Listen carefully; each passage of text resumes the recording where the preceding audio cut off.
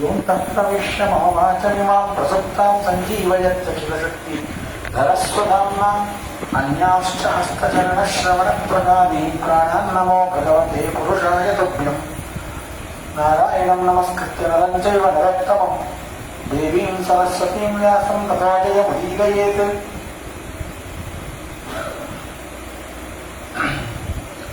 येनाहं न दुर्मार्गादुद्धृत्याभिनिवेशितः सम्यक् श्रीवैष्णवे मार्गे पूर्णप्रज्ञं नमामि तं.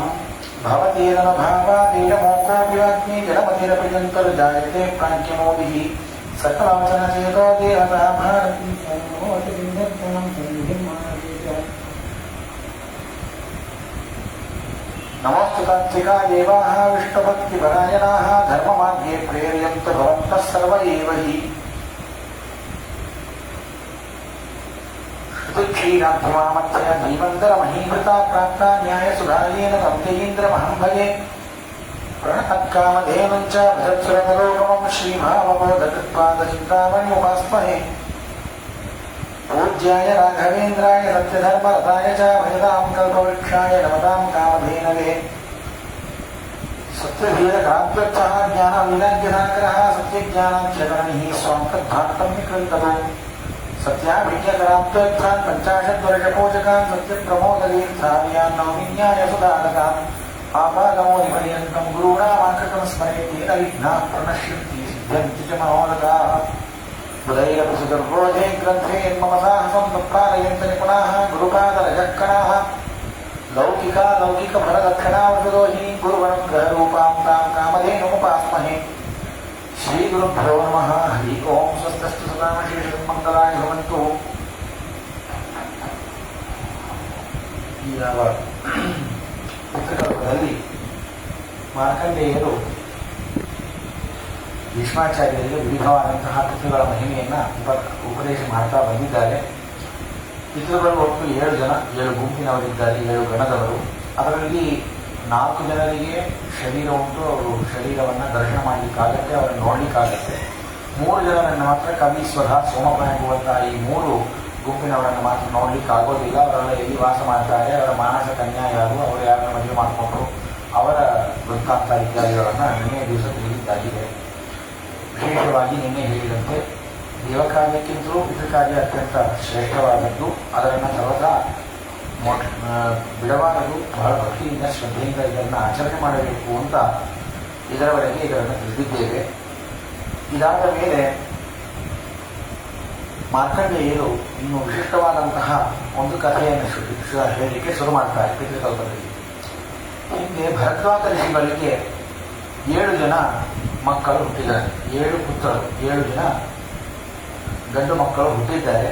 ಅವರೆಲ್ಲ ಯೋಗ ಸಿದ್ಧಿಯನ್ನು, ಯೋಗ ಮಾರ್ಗದಲ್ಲಿ ಇದ್ದವರು, ಯೋಗ ಮಾರ್ಗದಲ್ಲಿ ಸಿದ್ಧಿಯನ್ನು ಪಡೆಯುವಂತಹ ಪ್ರಯತ್ನವನ್ನು ಮಾಡ್ತಾ ಇದ್ದರು.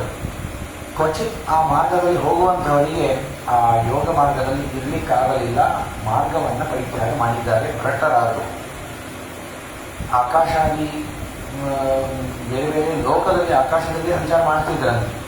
ಸ್ವರ್ಗದಲ್ಲಿ ಅಲ್ಲಲ್ಲಿ ಆವಾಗ ಸ್ವರ್ಗಕ್ಕೆ ಹೋಗಿ ಬರೋರಂತೆ. ಅಷ್ಟು ವಿಶಿಷ್ಟವಾದಂತಹ ಸಿದ್ಧಿಯವರಿಗೆ. ಅಂಥವರಿಗೆ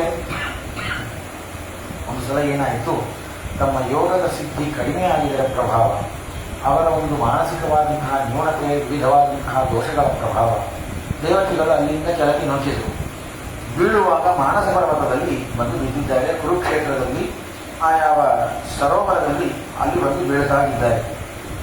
ಬೀಳುತ್ತಾಗಿರುವಾಗ ಅವರು ಯದ್ಯಪಿ ಭರದ್ವಾಜ ಋಷಿಗಳ ಮಕ್ಕಳು ವಿಶೇಷವಾದಂತಹ ರೀತಿಯಲ್ಲಿ ತಪಸ್ಸನ್ನು ಮಾಡ್ತಾ ಇದ್ದವರು. ಅವ್ರು ಯಾರು ಇರ್ತಿದ್ರು ಆ 7 ಜನ ಅಂತಂದರೆ ಅದನ್ನು ಹರಿವಂಶ ಹೇಳುತ್ತದೆ. ಯಾರನ್ನೂ ಕೂಡ ಕೃಪಣರು, ನೀಚರು ಅಂತ ನೋಡ್ತಿರ್ಲಿಲ್ಲ ಅಂತ. ಯಾವ ಮನುಷ್ಯರಲ್ಲಿಯೂ ಇವರು ಅತ್ಯಂತ ನೀಚರು, ಇವರಲ್ಲಿ ಏನೂ ಇಲ್ಲ ಅನ್ನುವಂತಹ ಒಂದು ಕುದೃಷ್ಟಿ, ಒಂದು ಉದಾಸೀನವಾದಂತಹ ಭಾವ ಅದು ಯಾವತ್ತೂ ಮಾಡ್ತಾ ಇರಲಿಲ್ಲ. ಯಾವುದನ್ನು ತಿನ್ನಬೇಕೋ ಅದನ್ನೇ ತಿಂತಿದ್ರು. ನಿಷಿದ್ಧವಾದ ಪದಾರ್ಥಗಳನ್ನು ತಿಂತಾ ಇರಲಿಲ್ಲ. ನಿಷಿದ್ಧವಾದ ಕರ್ಮಗಳನ್ನು ಅನುಷ್ಠಾನ ಮಾಡ್ತಾ ಇರಲಿಲ್ಲ. ಅವರು ಸದಾ ಸರ್ವಕಾಲದಲ್ಲಿಯೂ ಭಗವಂತನ ಧ್ಯಾನ, ಅಧ್ಯಯನ ಇದರನ್ನೇ ಮಾಡ್ತಾ ಇದ್ದರು. ನಷ್ಟವಾದಂತಹ ವಿಷಯದಲ್ಲಿ ಅಂದರೆ ಅನಿತ್ಯವಾದ ಪದಾರ್ಥಗಳಲ್ಲಿ ಮನಸ್ಸನ್ನು ಇಟ್ಟಿರಲಿಲ್ಲ. ಉಪಭೋಗವನ್ನು ಮಾಡಬೇಕು, ಯಾವಾಗಲೂ ಹಾಯಾಗಿ ಐಷಾರಾಮ ಜೀವನ ಮಾಡಬೇಕು, ಸುಖವಾಗಿ ತಿನ್ನಬೇಕು, ಕುಡಿಯಬೇಕು, ಮಲಗಬೇಕು, ನಮ್ಮಂತೆ ಅವರಿರಲಿಲ್ಲ. ಹೀಗೆ ವಿಧವಾದಂತಹ ರೀತಿಯಲ್ಲಿ ಅತ್ಯಂತ ಶುದ್ಧವಾದಂತಹ ಜೀವನವನ್ನು ಮಾಡ್ತಾ ಇದ್ದರು. ಮಾಂಸಭಕ್ಷಣವನ್ನು ಯಾವತ್ತೂ ಮಾಡಿದ್ದಿಲ್ಲ. ಸದಾ ಸರ್ವಕಾಲದಲ್ಲಿಯೂ ಬ್ರಾಹ್ಮಣರ ಸೇವೆಯನ್ನು ಮಾಡ್ತಿದ್ರು. ನಾನಾ ಆರ್ಯ ಸಂಕಥ ಆಸಕ್ತ, ಒಳ್ಳೊಳ್ಳೆ ಜ್ಞಾನಿಗಳ ಕಥೆಗಳನ್ನು ಕೇಳುತ್ತಿದ್ದರಂತೆ. ಭಗವಂತನ ಭಕ್ತರ ವಿವಿಧವಾದಂತಹ ಮಹಿಮೆಗಳನ್ನು ಕೇಳುತ್ತಿದ್ದರು. ಆಲಸ್ಯ ಇರಲಿಲ್ಲ ಅವರಿಗೆ. ಅತ್ಯಂತ ಮಾನಸಂಯುಕ್ತ ಸಂಸಕ್ತ, ನಮಗೆ ದರ್ಪ ಬೇಕು, ಗೌರವ ಬೇಕು, ಮರ್ಯಾದೆ ಬೇಕು. ಈ ಮರ್ಯಾದೆಯನ್ನು ಯಾರು ನೋಡ್ತಿರ್ಲಿಲ್ಲ. ಗೋಷ್ಠೀಷು ನಿರತಾಹ ತಥಾ ಅತ್ಯಂತ ಮಾನಸಂಸಕ್ತ ನಾತ್ಯಂತ ಮಾನಸಂಸಕ್ತ ಗೋಷ್ಠೀಷು ನಿರತಾಃ ತಥಾ ಪ್ರಾಪ್ನುವಂತೆ ನರ ಯೋಗಂ ಯೋಗೋ ವೈ ದುರ್ಲಭಂ ಭೂಮಿ. ಇಂತಹ ಯೋಗವನ್ನು ಅನುಷ್ಠಾನ ಮಾಡ್ತಿದ್ರು. ಅಹಂಕಾರ ಮಮಕಾರ ಯಾವುದೂ ಇರಲಿಲ್ಲ. ಪದಾರ್ಥಗಳಲ್ಲಿ ಇದು ನನ್ನದು ಅನ್ನೋದಾಗಲಿ, ನಾನು ಎಂಬುವಂತಹ ಅಹಂಕಾರ ದರ್ಪ ಯಾವುದೂ ಇರಲಿಲ್ಲ. ಆದರೂ ನಕ್ಷುತ್ಪಾಸೆ ಕಾಲಂವಾ ಜಾನಾಮಿ ಸ್ಮ ಪ್ರಧಾನಜ ಪಶ್ಚಾತ್ ಶಿಷ್ಯ ಸಕಾಶಾತ್ತು ಕಾಲ ಸಂವಿದಿತೋಮಯ. ಅವರ ಪದ್ಧತಿ ಹೇಗಿರ್ತಿತ್ತು ಅಂತಂದ್ರೆ, ಅವರಿಗೆ ಹಸಿವೆ ಆಗ್ತಾ ಇದೆ, ನೀರಡಿಕೆ ಆಗ್ತಾ ಇದೆ ಅನ್ನೋದೇ ಗೊತ್ತಾಗ್ತಿರಲಿಲ್ಲ. ಅಷ್ಟು ಕ್ರಮವನ್ನು ಮಾಡ್ತಿದ್ರು. ಯಾವಾಗಲೂ ಸತ್ಕ್ರಮವನ್ನು ಮಾಡ್ತಿರೋದು. ಬೆಳಿಗ್ಗೆ ಎದ್ದರೆ ಪಾರಾಯಣ, ಪೂಜಾ, ಜಪ, ಯಜ್ಞ ಹೀಗೆ ಇದೇ ಕೆಲಸದಲ್ಲೇ ರಥರಾಗ್ತಾ ಇದ್ರು. ಹಸಿವೆಯನ್ನು ಮರೆತು ಬಿಡ್ತಿದ್ರು, ನೀರಡಿಕೆಯನ್ನು ಮರೆತು ಬಿಡ್ತಿದ್ರು. ನೀರು ಕುಡಿಬೇಕು, ಬಹಳ ಕೆಲಸ ಇದ್ದಾಗ ನಮಗೆ ಆಗತ್ತೆ. ಏನೋ ಆಗ್ತಾ ಇದೆ, ಏನಂತ ಗೊತ್ತಾಗ್ತಾ ಇಲ್ಲ ಅಂತ ಹೇಳ್ಕೊಂಡ್ರೆ, ಬಹಳ ಹೊತ್ತಾಯಿತು, ನೀ ಏನೂ ಕುಡಿದಿಲ್ಲ, ನೀರೇ ಕುಡಿದಿಲ್ಲ, ಸ್ವಲ್ಪ ನೀರು ಕುಡಿತೀರಿ. ಸಾಮಾನ್ಯ ಮನೆಗಳಲ್ಲಿ ಹೇಳೋದು, ನೀರು ಕುಡಿ, ಸ್ವಲ್ಪ ಏನಾದರೂ ಅತಿ ಪ್ರಸಂಗದಿಂದ ಮಾತನಾಡಿದ್ರೆ ಸ್ವಲ್ಪ ನೀರು ಕುಡಿ ಅಂತ. ಹಾಗೆ ನಮಗೆ ನೀರು ಕುಡಿಯೋದಕ್ಕೆ ಅಥವಾ ಏನಾದರೂ ಊಟ ಮಾಡೋದಕ್ಕೆ ಪಾಪ ಮನೆಯಲ್ಲಿ ಹೆಣ್ಣು ಮಕ್ಕಳು, ನಾವು ಏನೋ ಕೆಲಸದಲ್ಲಿ ಇರ್ತೀವಿ, ಹೆಣ್ಣು ಮಕ್ಕಳು ಅವರ ಕೆಲಸವನ್ನು ನೋಡ್ತಾ ಇದ್ದೀವಿ, ನಮ್ಮ ಕೆಲಸವನ್ನು ನೋಡ್ತಿರ್ತಾರೆ. ಹೀಗೆ ಊಟ ಮಾಡಬೇಕು, ನೀರು ಕುಡಿಬೇಕು ಅನ್ನೋದನ್ನು ಮರೆತು ಇಷ್ಟು ವಿಧವಾಗಿ ಯಜ್ಞವನ್ನು, ಈ ಯೋಗವನ್ನು ಮಾಡ್ತಿದ್ದರು. ಮಾರ್ಕಂಡೇಯರು ಈ ವಿಧವಾದಂತಹ ರೀತಿಯಲ್ಲಿ ಸನತ್ಕುಮಾರರ ಉಪದೇಶವನ್ನು ಕೇಳುತ್ತಿದ್ದಾರೆ. ಕೇಳ್ತಾಗಿ ಮಾರ್ಕಂಡೇಯರಿಗೆ ಈ ಪಿತೃಕಲ್ಪವನ್ನೆಲ್ಲ ಉಪದೇಶ ಮಾಡಿ ಸನತ್ಕುಮಾರರು ಅಲ್ಲಿ ಅದೃಶ್ಯರಾದ ಮೇಲೆ ಅವರು ತಪಸ್ಸನ್ನು, ಅವರು ಹೇಳಿದಂತಹ ರೀತಿಯಲ್ಲಿ ತಪಸ್ಸನ್ನೆಲ್ಲ ಮಾಡಿದ್ದಾರೆ. ಉಪದೇಶಗಳನ್ನು ಮಾಡಿದ ರೀತಿಯಲ್ಲಿ ಮಾಡ್ತಾ ಇರುವಾಗ ಒಂದು ದಿವಸ ಆಕಾಶ ಮಾರ್ಗದಲ್ಲಿ ಈ 7 ಜನ ಯೋಗಿಗಳು ಇವರಿಗೆ ಕಣ್ಣಿಗೆ ಬಿದ್ದಿದ್ದಾರೆ. ಮಾರ್ಕಂಡೇಯರು 7 ಜನರನ್ನು ನೋಡಿದ್ದಾರೆ.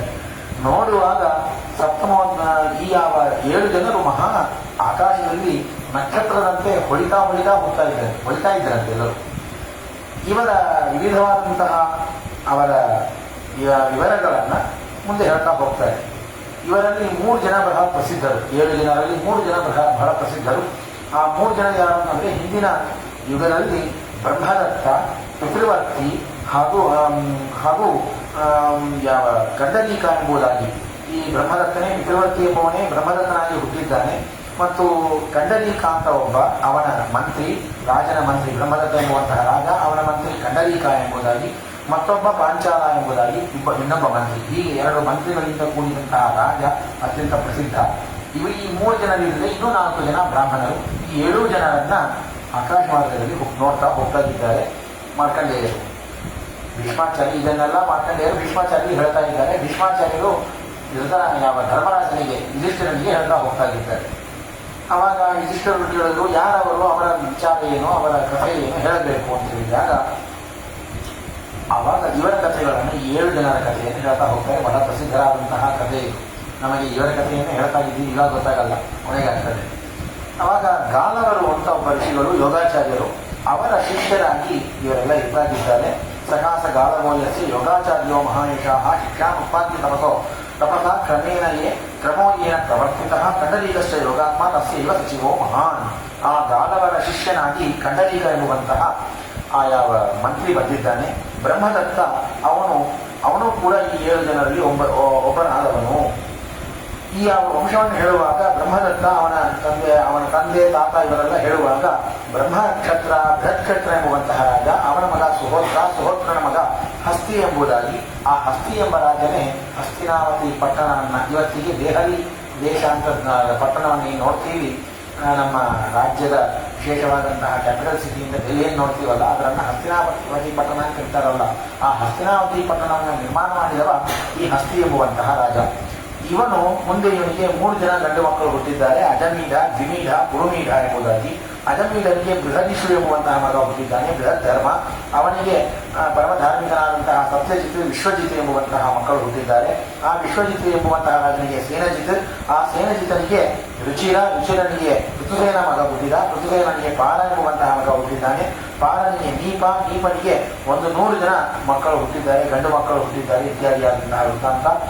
ಇವರೆಲ್ಲರೂ ಕೂಡ ಕಾಂಪಿಲ್ಯ ನಗರದಲ್ಲಿ ಆ ವಂಶವನ್ನ ಅವರು ಅಲ್ಲಿ ವಿಶಿಷ್ಟವಾಗಿ ಅವರ ವಾಸವನ್ನು ಮಾಡ್ತಾ ಇದ್ದಾರೆ. ಆ ವಂಶದಲ್ಲಿ ಮುಂದೆ ಸಮರ, ಪರ, ಪಾರ, ಸದಶ್ವ, ಪರಪುತ್ರನಾದಂತಹ ಪೃಥುವಿನ ಮಗನಾಗಿ ವಿಭ್ರಾಂತಿನ ಮಗ ಅನುಹ ಎಂಬುವಂಥವನು, ಅನುಹ ಎಂಬುವಂಥವನ ಮಗನೇ ಈ ಬ್ರಹ್ಮದತ್ತ. ಇವನು ಶುಕಾಚಾರ್ಯರ ಮಗಳಾದಂತಹ ಕೃತ್ವಿ ಎಂಬತಕ್ಕಂಥವರನ್ನ ಮದುವೆ ಮಾಡಿಕೊಂಡಿದ್ದಾನೆ. ಆ ಕೃತ್ವಿ ಎಂಬವಳ ಮಗನೇ ಈ ಬ್ರಹ್ಮದತ್ತ. ಇವನ ಮಗ ವಿಶ್ವಕ್ಸೇನ ಎಂಬುವಂತಹ ಮಗ ಹುಟ್ಟಿದ್ದಾನೆ. ವಿಶ್ವಕ್ಸೇನಿಗೆ ಅವನು ಮಹಾ ಧಾರ್ಮಿಕನಾದಂತಹ ರಾಜನಾಗಿ ಇರ್ತಿದ್ದಾನೆ ಎನ್ನುವಂತಹ ವೃತ್ತಾಂತವನ್ನು ಹೇಳ್ತಾ ಹೋಗ್ತಾರೆ. ಆ ಬ್ರಹ್ಮದತ್ತನಿಗೆ ಮತ್ತೊಬ್ಬ ಮಗ ಇದ್ದ, ಅವನಿಗೆ ಸರ್ವಸೇನ ಎಂಬುದಾಗಿ ಹೆಸರು. ಅವನ ಮಗಳು ಪೂಜನೀಯ ಎಂಬುದಾಗಿ ಅವನ ಹೆಂಡತಿ. ಹೀಗೆ ಆ ವಂಶ ಪರಂಪರೆಯನ್ನು ಹೇಳ್ತಾ ಹೋಗ್ತಾರೆ. ಆ ವಿಶ್ವಕ್ಸೇನನ ಮಗನಾಗಿ ದಂಡಸೇನ ಹುಟ್ಟಿದ್ದಾನೆ. ಅವನ ಮಗ ಭಲ್ಲವೇಯ, ಆ ಭಲ್ಲಾಟ ಎಂಬುದಾಗಿ. ಆ ಭಲ್ಲಾಟನನ್ನ ಕರ್ಣ ಸಂಹಾರ ಮಾಡಿದ ಮಹಾಭಾರತ ಯುದ್ಧದಲ್ಲಿ ಎಂಬುವಂತಹ ವೃತ್ತಾಂತವನ್ನು ಹೇಳ್ತಾರೆ. ಅವನಿಗೆ ಶೂರ ಎಂಬುವಂತಹ ಮಗ ಹುಟ್ಟಿದ್ದಾನೆ. ಅವನಿಗೆ ದುರ್ಬುದ್ಧಿ ಇತ್ಯಾದಿಯಾಗಿ ಅವನಿಗೆ ಒಂದು ಕಾಲದಲ್ಲಿ ದುರ್ಬುದ್ಧಿವಾಯಿತು. ಮತ್ತೆ ಮುಂದೆ ಅವನು ಕ್ಷೀಣನಾದ. ಮುಂದೆ ಅವನಿಗೆ ಉಗ್ರಾಯುಧ ಎಂಬುವಂತಹ ಮಗ ಹುಟ್ಟಿದ. ದರ್ಪರುಚಿ ಇತ್ಯಾದಿಯಾಗಿ ಅಜಮೀಢ ಇವರೆಲ್ಲ ಹುಟ್ಟಿ ಬರ್ತಾ ಇದ್ದಾರೆ. ಧೃತಿಮಾನ್, ದೃಢನೇಮಿಯ ಮಗ ಸಾರ್ವಭೌಮನಿಗೆ ರುಕ್ಮರಥನಿಗೆ ಸುಮತಿ ಇತ್ಯಾದಿಯಾಗಿ ಇವರೆಲ್ಲ ಹುಟ್ಟುತ್ತಾ ಬಂದಿದ್ದಾರೆ ಇತ್ಯಾದಿಯಾದಂತಹ ತನಕ ಈ ವಂಶ ಪರಂಪರೆಯನ್ನ ಹೇಳ್ತಾ ಹೋಗ್ತಾರೆ. ಈ 7 ಜನರ ಕಥೆಯನ್ನು ಹೇಳುವಾಗ ಇನ್ನು ಮುಂದೆ ಅವರ ಕಥೆಯನ್ನು ಹೇಳ್ತೇನೆ ಎಂದು ಮಾರ್ಕಂಡೇಯರು ಶುರು ಮಾಡಿದರು. ಹಿಂದೆ ಆ ಶ್ರಾದ್ದದ ಫಲ ಇಂಥದ್ದು ಅಂತ ತಿಳಿಯಬೇಕಾದರೆ ಈ 7 ಜನರ ಕಥೆಯನ್ನು ಅವಶ್ಯವಾಗಿ ಕೇಳಬೇಕು. ಪಿತೃಗಳ ಮಹಿಮಾ, ಪಿತೃಗಳ ವಿಶೇಷವಾದಂತಹ ಅನುಗ್ರಹ ಹೇಗಿರುತ್ತೆ ಅಂತಂದ್ರೆ ಇವರ ಕಥೆಯನ್ನು ಕೇಳಬೇಕು. ಯಾಕೆ ಅಂತಂದ್ರೆ ಶ್ರಾದ್ಧೆ ಪ್ರತಿಷ್ಠಿತೋ ಲೋಕ ಶ್ರಾದ್ಧೇ ಯೋಗ ಪ್ರವರ್ತತೆ. ಜಗತ್ತು ನಿಂತಿರೋದು ಶ್ರಾದ್ದದಲ್ಲಿ.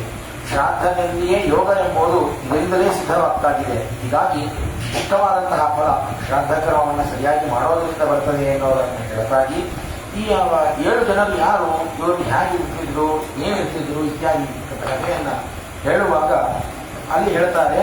ಆ 7 ಜನರ ಹೆಸರು ಏನಿರ್ತಿತ್ತು ಅಂತಂದ್ರೆ ವಾಗ್ದುಷ್ಟ, ಕ್ರೋಧನ, ಹಿಂಸ್ರ, ಪಿಶುನ, ಕವಿ, ಖಸ್ರಮ ಹಾಗೂ ಪಿತೃವರ್ತಿ ಎಂಬುದಾಗಿ 7 ಜನರು ಭರದ್ವಾಜ ಋಷಿಗಳ ಮಕ್ಕಳು.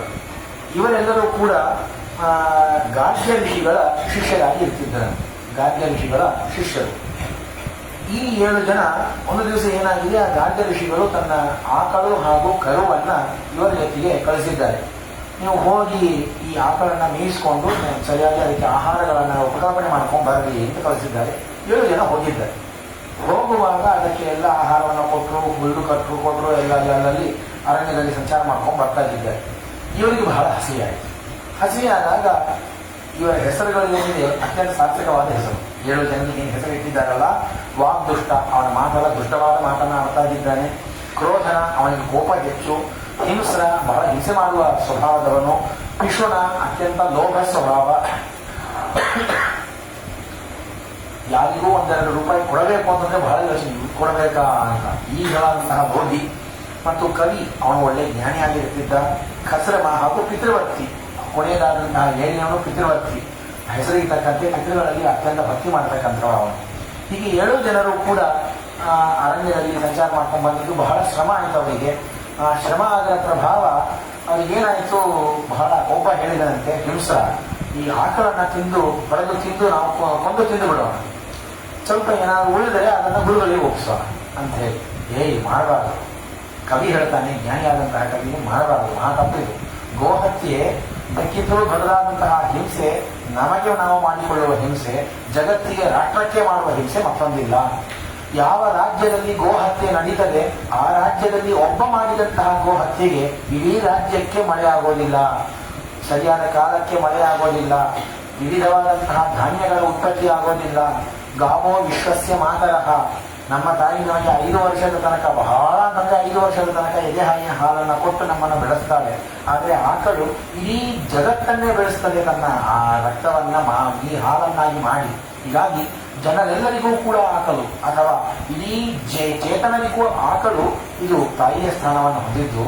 ಮಾತೃಹತ್ಯೆ ಮಾಡಿದರೆ ಎಂತಹ ಪಾಪ, ಅದಕ್ಕಿಂತಲೂ 1000 ಪಟ್ಟು ಪಾಪ ಗೋಹತ್ಯೆ ಮಾಡಿದರೆ ಬರ್ತದೆ. ಹೀಗಾಗಿ ಗೋಹತ್ಯವನ್ನು ಸರ್ವದಾ ಮಾಡಬಾರದು, ಇದನ್ನು ಮಾಡಬಾರದು ಅಂತ ಹೇಳೋದು.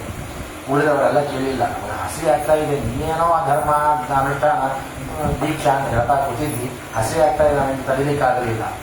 ಆವಾಗ ಪಿತೃವರ್ತಿ ಹೇಳಿದ್ರಂತೆ, ಆಯಿತು ಅವಶ್ಯವಾಗಿ ಕೊಲ್ಲಲೇಬೇಕು, ಈ ಆಕಳನ್ನು ಹೊಡಿಲೇಬೇಕು ಅನ್ನೋದ್ರೆ ಕೊಲ್ಲೋಣ, ಆದರೆ ಕೊಂದು ನಾವೇ ತಿನ್ನೋದಲ್ಲ, ಪಿತೃಗಳಿಗೆ ಅರ್ಪಣೆ ಮಾಡೋಣ. ಪಿತೃಗಳಿಗೆ ಈ ಆಕಳ ಮಾಂಸವನ್ನು, ಗೋಮಾಂಸವನ್ನು ಅರ್ಪಣೆ ಮಾಡೋಣ ಪಿತೃಗಳಿಗೆ. ಅವರು ಸ್ವೀಕಾರ ಮಾಡ್ತಾರೆ, ಅವರು ತೃಪ್ತರಾಗ್ತಾರೆ. ಪಿತೃಗಳಿಗೆ ಅರ್ಪಿತವಾದಂತಹ ಪಿತೃಗಳ ಪ್ರಸಾದವನ್ನಾಗಿ ನಾವು ತಗೊಂಡ್ರೆ ನಮಗೆ ಪಾಪ ಬರೋದಿಲ್ಲ, ನಮಗೂ ಪಾಪ ಬರೋದಿಲ್ಲ. ಪಿತೃಗಳು ಪ್ರೀತರಾಗಿ ನಮಗೆ ಅನುಗ್ರಹ ಮಾಡ್ತಾರೆ. ಈ ದೋಷದಿಂದಲೂ ನಾವು, ಈ ಪಾಪದಿಂದಲೂ ನಾವು ಹೊರಗೆ ಬಂದ್ಬಿಡ್ತೀವಿ, ನಮಗೆ ಹಸಿವೆಯೂ ಕೂಡ ಪರಿಹಾರವಾಗುತ್ತೆ. ಹೀಗೆ ಮಾಡೋಣ ಅಂತ ಅವನು ಹೇಳಿಕೊಟ್ಟ. ಅಂತೂ ಎಲ್ಲರೂ ಸೇರಿದ್ರು, ಆ ಆಕಳನ್ನು ಸಂಹಾರ ಮಾಡಿದ್ರು, ಆ ಮಾಂಸವನ್ನು ರಕ್ಷಣೆ ಮಾಡಿದ್ರು. ಗಾದಿಯರು ಪಾಪ ಕಾಯ್ತಾ ಇದ್ದಾರೆ, ಆಕಳು ಬರುತ್ತೆ, ದನ ಬರುತ್ತೆ, ಕರು ಬರುತ್ತೆ, ನಮ್ಮ 7 ಜನ ಶಿಷ್ಯರು ಬರ್ತಾರೆ. ಹೋದರು, ಹೋಗುವಾಗ ಕರುವನ್ನು ಮಾತ್ರ ಕರ್ಕೊಂಡು ಹೋದರು. ಕರುವಿಗೆ ಹೋಗಿ ಕರುವನ್ನು ಹೋಗಿ ಒಪ್ಪಿಸಿದ್ದಾರೆ. ಏನಪ್ಪ ಕರು ಮಾತ್ರ ಬಂತಲ್ಲ, ಆಕಳೆಲ್ಲ ಹೋಯಿತು, ದನ ಎಲ್ಲಿ ಅಂತ ಹೇಳಿದ್ರೆ, ದಾರಿಯಲ್ಲಿ ದೊಡ್ಡ ಸಿಂಹ ಬಂತು, ಅದು ತಿಂದು ಅದು ಹೊಡೆದು ಕೊಂದು ಅದು ತಿಂದು ಬಿಡ್ತು ಅಂತ ಪಾಪ ದಾರಿಯಲ್ಲಿ ಸುಳ್ಳು ಹೇಳಿಬಿಟ್ರು. ಅವರು ಪಾಪ ನಂಬಿಬಿಟ್ರು. ಅವ್ರಿಗೇನು ಗೊತ್ತು, ಶಿಷ್ಯರಲ್ಲಿ ಬಹಳ ವಾತ್ಸಲ್ಯ, ವಿಶ್ವಾಸಘಾತ ಎಂಬುದೇನಿದೆ ಎಂದೆಂದಿಗೂ ಆ ಪಾಪಕ್ಕೆ ಪ್ರಾಯಶ್ಚಿತ್ತವೇ ಇಲ್ಲ. ಸತ್ಯವನ್ನು ಯಾವತ್ತೂ ಸತ್ಯವನ್ನೇ ಹೇಳಬೇಕು. ಸತ್ಯ ಹೇಳಿ ನಾವು ನಿಜವಾದಂತಹ ಶಿಕ್ಷೆಯನ್ನು ಹೊಂದಬಹುದು, ಆದರೆ ಸುಳ್ಳು ಹೇಳಿ ಯಾವತ್ತೂ ತಪ್ಪಿಸ್ಕೋಬಾರದು. ಪಾಪ 7 ಜನ ಸುಳ್ಳನ್ನು ಹೇಳಿದ್ದಾರೆ, ಅವರು ಅದನ್ನು ನಂಬಿಬಿಟ್ರು. ಪಾಪ ಕೊನೆಗೆ ಇವರ ಅದೇನಾಯಿತು, ಎಲ್ಲ ಆಯಿತು. ಅವರ ಕಾಲ ಬಂದಾಗ ಏನಾಯಿತು, ಎಲ್ಲರೂ ಕೂಡ ಮೃತರಾಗಿದ್ದಾರೆ. ಮೃತರಾಗಿ ಮುಂದೆ ಏನಾಯಿತು, ಇವರು 7 ಜನ ಏನಾದರೂ ಈ ಹಿಂಸೆ ಮಾಡಿದರ ಪ್ರಭಾವ, ಆ ಪಾಪದ ಫಲವಾಗಿ 7 ಜನರು ಕೂಡ ಒಂದು ವ್ಯಾಧ ಯೋನಿಯಲ್ಲಿ, ಅಂದರೆ ಅತ್ಯಂತ ಕ್ರೂರವಾದಂತಹ ಕಾರ್ಯ ಮಾಡಿದರು ಅನ್ನೋದಕ್ಕೆ ಕ್ರೂರವಾದಂತಹ ಜಾತಿ ಬೇಟೆಗಾರನ ಜಾತಿಯಲ್ಲಿ ಹುಟ್ಟಿದ್ದಾರೆ. ಬ್ರಾಹ್ಮಣರಲ್ಲಿ ಬೇಟೆಗಾರರಲ್ಲಿ 7 ಬ್ರಾಹ್ಮಣರು, ಅದರಲ್ಲಿ ಸಂಚಾರ ಮಾಡುವಂತಹ, ಯಾವ ಸ್ವರ್ಗಾದಿ ಲೋಕಕ್ಕೆ ಹೋಗುವಂತಹ, ಆಕಾಶ ಮಾರ್ಗದಲ್ಲಿ ಸಂಚಾರ ಮಾಡುವಂತಹ ಯೋಗ ಸಿದ್ಧಿ ಇದ್ದಂತಹ ಬ್ರಾಹ್ಮಣರು ಎಷ್ಟು ಕೀಳುಮಟ್ಟಕ್ಕೆ ಬಂದರು ಅಂತಂದ್ರೆ ಆ ಗೋಹತ್ಯೆ ಮಾಡಿದ್ದಕ್ಕೆ ಎಲ್ಲರೂ ಕೂಡ ವ್ಯಾಧ ಜಾತಿಯಲ್ಲಿ, ಬೇಟೆಗಾರರ ಜಾತಿಯಲ್ಲಿ ಹುಟ್ಟಿದ್ದಾರೆ. ಸ್ವಕರ್ಮ ಅನುಷ್ಠಾನವನ್ನು ಮಾಡ್ತಾ ಇದ್ದಾರೆ. ಆದರೆ ಹಿಂದೆ ಮಾಡಿದಂತಹ ಪುಣ್ಯ, ಆ ಯೋಗ ಸಿದ್ಧಿ, ಆ ತಪಸ್ವಿವರನ್ನ ಕೈಬಿಡಲಿಲ್ಲ. ಅದರ ಪ್ರಭಾವ ನೆನಪಾಗ್ತಾ ಇದೆ ಇವರಿಗೆ. 7 ಜನರಿಗೂ ಎಂತಹ ವಂಚನೆ ಆಗೋಯ್ತು. ಮೇಲೆ ಮೇಲೆ ಹೋಗಬೇಕು. ಯಾವತ್ತೂ ಮನುಷ್ಯ ಎಲ್ಲರೂ ಇವರೆಲ್ಲ ಸುಖವಾಗಿದ್ದಾರೆ, ಜನರೆಲ್ಲರೂ ಎಷ್ಟು ಸುಖವಾಗಿದ್ದಾರೆ, ಎಷ್ಟು ಚೆನ್ನಾಗಿದ್ದಾರೆ, ಚೆನ್ನಾಗಿ ವಿವಿಧವಾದಂತಹ ಅಲ್ಲಲ್ಲಿ ಸ್ಟಾಲ್ಗಳಲ್ಲಿ ತಿಂತಾ ಇರ್ತಾರೆ, ಏನ್ ಬೇಕಾದ್ರನ್ನ ಅದನ್ನು ಕುಡಿತಾರೆ, ಎಲ್ಲಿ ಬೇಕಾದರೂ ಹೋಗ್ತಾರೆ, ಯಾವ ದೇಶಕ್ಕೆ ಬೇಕಾದರೂ ಹೋಗ್ತಾರೆ, ಎಲ್ಲಿ ಬೇಕಾದರೂ ಮಲಗುತ್ತಾರೆ, ಯಾರೊಡನೆ ಬೇಕಾದರೂ ಮಾತನಾಡ್ತಾರೆ. ನಮಗೆ ಮಾತ್ರ ದೇವರು ಇಷ್ಟು ವಿಭಾಗವನ್ನು ಮಾಡಿಬಿಟ್ಟ, ಅನ್ಯಾಯ ಮಾಡಿಬಿಟ್ಟ. ನಮ್ಮನ್ನು ಅದನ್ನು ತಿನ್ನಬೇಡ, ಇದನ್ನು ನೋಡಬೇಡ, ಇದನ್ನು ಕುಡಿಬೇಡ, ಅವ್ರ ಜೊತೆ ಮಾತಾಡಬೇಡ, ಇದನ್ನು ಕೇಳಬೇಡ, ಇದನ್ನು ಮುಟ್ಟಬೇಡ, ಅಲ್ಲಿ ಹೋಗಬೇಡ, ಇಲ್ಲಿ ಕೂಡಬೇಡ. ಎಷ್ಟು ಬ್ರಾಹ್ಮಣರು ಅಂತಂದ್ರೆ ಎಷ್ಟು ವಿಧಿಗಳು, ಎಷ್ಟು ನಿಷೇಧಗಳು, ಬಹಳ ಅನ್ಯಾಯ ಅಂತ ನಾವು ಹೇಳೋದುಂಟು. ಆದರೆ ನಾವು ಮೇಲೆ ಹೋಗಬೇಕು ಅಂತಂದ್ರೆ ನಮ್ಮ ಮೇಲೆ ಇದ್ದವರನ್ನು ನೋಡಬೇಕು, ಕೆಳಗಿದ್ದವರನ್ನು ನೋಡಿದ್ರೆ ನಾವು ಕೆಳಗೆ ಹೋಗ್ತೀವಿ. ಈ 7 ಜನರಿಗೆ ಎಂತಹ ಅನ್ಯಾಯ ವಂಚನೆ ಆಯಿತು ಅಂತಂದ್ರೆ, ಒಂದು ಗೋಹತ್ಯೆ ಮೇಲಿಂದ ಕೆಳಗೆ ನುಗ್ಗಿದೆ. ಆದರೆ ದೇವರ ಪರಮಾನುಗ್ರಹ ಅಂತಂದ್ರೆ ಹಿಂದಿನ ಜನ್ಮದ ಸಂಸ್ಕಾರ ಅವರಿಗೆ ಕೈ ಬಿಡಲಿಲ್ಲ. ತಂದೆ ತಾಯಿ ಬಹಳ ವಯಸ್ಸಾದವರು, ಅವರ ಪೋಷಣೆ ಮಾಡೋದಿಕ್ಕೆ, ತಾವು ಬದುಕಿರೋದಿಕ್ಕೆ ಎಷ್ಟು ಬೇಕೋ ಅಷ್ಟನ್ನು ಮಾತ್ರ ಬೇಟೆಯಾಡ್ತಿದ್ದರಂತೆ. ಬಹಳಷ್ಟು ಯಾವ ಪ್ರಾಣಿಗಳನ್ನು ಹಿಂಸೆ ಮಾಡ್ತಾನೇ ಇರಲಿಲ್ಲ.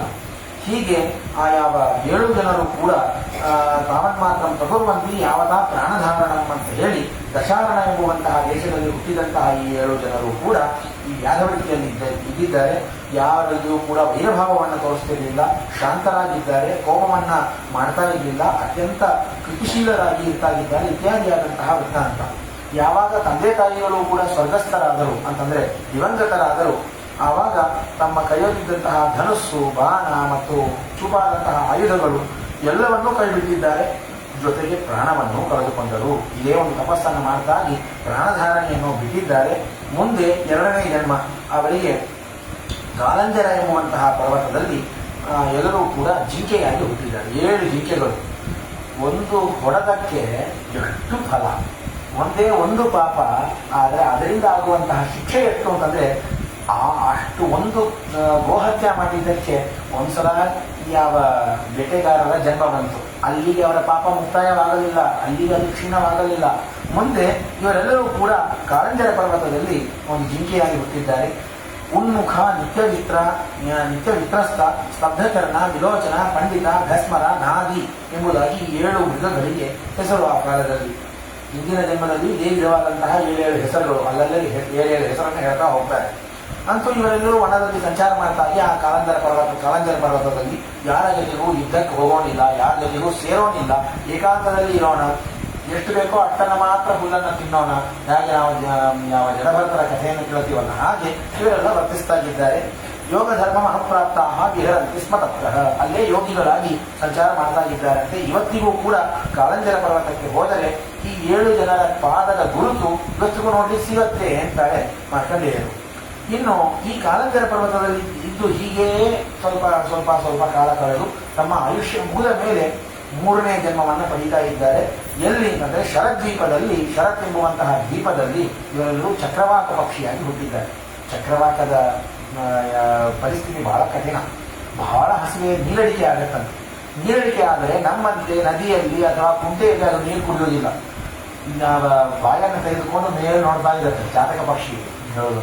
ಹಾಗೆ ಮೇಲೆ ನೋಡ್ತಾ ಇರತ್ತಂತೆ. ಯಾವಾಗ ಮಳೆಯಲ್ಲಿ ಬರುವಂತಹ ನೀರೇನಿದೆ, ಮಳೆ ನೀರಿದ್ರೆ ಅದಕ್ಕೆ ತೃಪ್ತಿ. ಈ ವಿಧವಾಗಿ ಪಕ್ಷಿಯಾಗಿ ಹುಟ್ಟಿದ್ದಾರೆ 7 ಜನರು ಕೂಡ. ಆ ಯಾವ ಶರದ್ವೀಪದಲ್ಲಿ ಅಲ್ಲಿಯೂ ಕೂಡ 7 ಜನ ಬಹಳ ನಿಸ್ಪೃಹರಾಗಿ, ಯಾವುದೇ ಇದಾದಂತಹ ಹಿಂಸೆಯನ್ನು ಯಾರಿಗೂ ಮಾಡದೆ ಅತ್ಯಂತ ಕ್ಷಮಾಶೀಲರಾಗಿ, ಯಾವ ವಿಧವಾದಂತಹ ದುಷ್ಟವಾದಂತಹ ವರ್ತನ ಯಾವುದೂ ಮಾಡದೆ ಎಲ್ಲರೂ ಕೂಡ ಹೀಗೆ ವರ್ತಿಸ್ತಾ ಇದ್ದಾರೆ. ಸಪ್ತೈವ ಬ್ರಹ್ಮಚಾರಿಣ, ಬ್ರಹ್ಮಚರ್ಯದಿಂದ ಕಾಲವನ್ನು ಕಳೀತಾ ಇದ್ದಾರೆ. ಇದಾದ ಮೇಲೆ 4ನೇ ಜನ್ಮ ಇವರು ಮಾನಸ ಪರ್ವತದಲ್ಲಿ ಹಂಸ ಪಕ್ಷಿಯಾಗಿ ಹುಟ್ಟಿದ್ದಾರೆ. ಜಾತಿಸ್ಮರಾಹ, ಎಲ್ಲರೂ ಕೂಡ ಈ ಎಲ್ಲ ಜನ್ಮಗಳ ನೆನಪು ಎಲ್ಲರಿಗೂ ಆಗ್ತಾ ಇದೆ. ಮೊದಲನೇ ಜನ್ಮದಲ್ಲಿ ಭರದ್ವಾಜ ಋಷಿಗಳ ಮಕ್ಕಳಾಗಿ ನಾವೆಲ್ಲ ಹುಟ್ಟಿದ್ದೀವಿ. ಮಾಡಿದ ಕೆಟ್ಟ ಕೆಲಸದ ಪ್ರಭಾವ ನಾವು 7 ಜನ ಬೇಟೆಗಾರರಾಗಿ ಮೊದಲನೇ ಜನ್ಮವಾಯಿತು.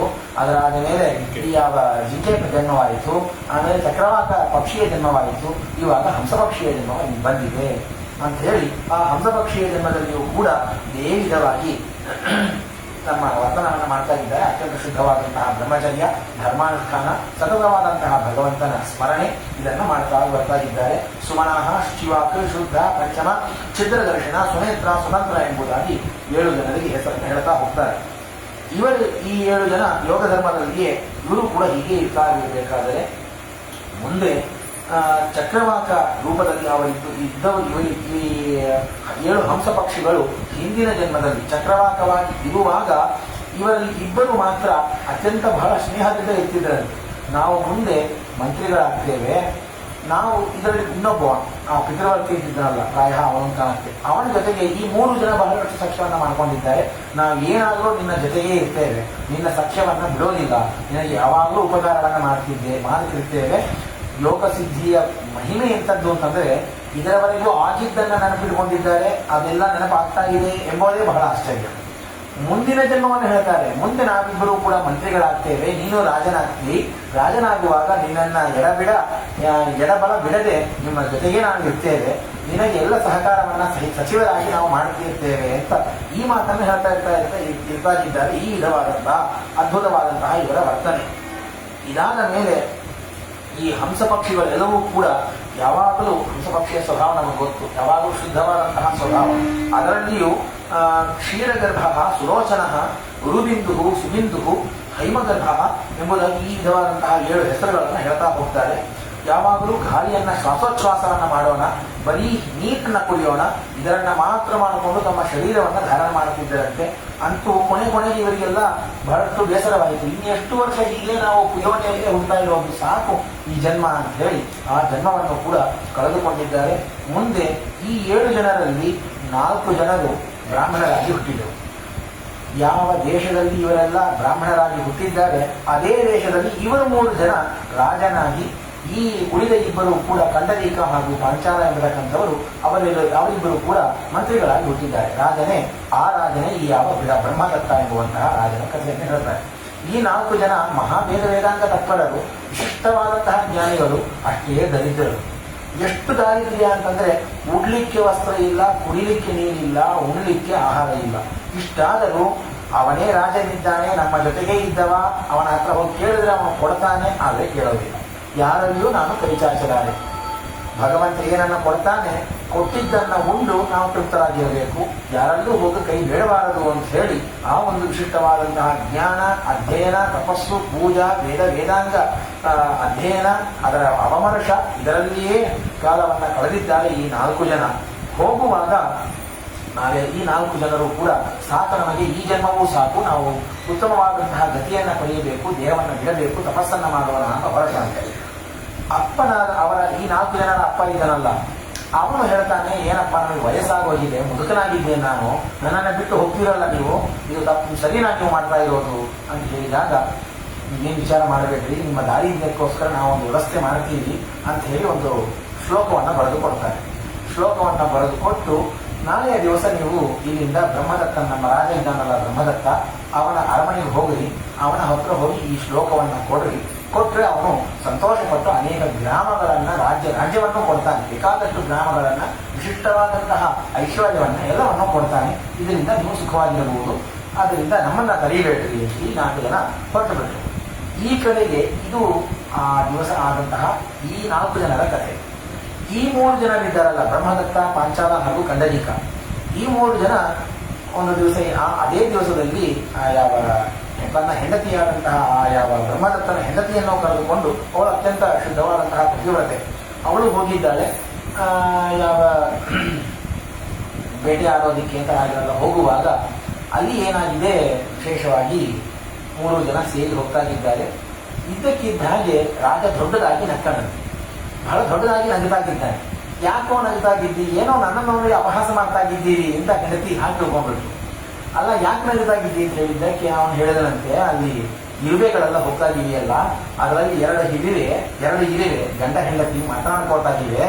ಇರುವೆ, ಆ ಹೆಂಡತಿ ಇರುವೆ ಹೇಳಿದಂತೆ, ನನ್ನ ಮೇಲೆ ನಿನಗೆ ಅಭಿಮಾನವೇ ಇಲ್ಲ, ಎಲ್ಲೆಲ್ಲೋ ಏನೋ ವ್ಯವಹಾರ ಅಂತ ಹೋಗ್ತೀವಿ, ಬೆಳಿಗ್ಗೆ ಹೋಗ್ತೀವಿ, ರಾತ್ರಿ ತನಕ ಮತ್ತೆ ಮನೆಗೆ ಬರ್ತೀವಿ, ಆಹಾರ ಬೇಕು, ನಿನಗಿಷ್ಟು ಬೇಕು, ಅಷ್ಟು ಬೇಕು, ಐಶ್ವರ್ಯ ಬೇಕು ಅಂತ ಧನ ಸಂಪಾದನೆ ಮಾಡೋದಕ್ಕೆ ಅಲ್ಲಲ್ಲೇ ಹೋಗ್ತೀವಿ, ರಾತ್ರಿ ಬರ್ತೀವಿ, ನನ್ನ ಜೊತೆಗೆ ಮಾತಾಡೋದೇ ಇಲ್ಲ, ಊಟ ಮಾಡ್ಕೊಂಡು ಮಕ್ಕೊಂಡು ಬಿಡ್ತೀವಿ, ಮಾತೇ ಆಡೋದಿಲ್ಲ ನನ್ನ ಜೊತೆಗೆ, ಜೊತೆಲ್ಲ ಹೆಣ್ಣುಮಕ್ಕಳು ಮಾತನಾಡ್ತಾ ಇರೋದು.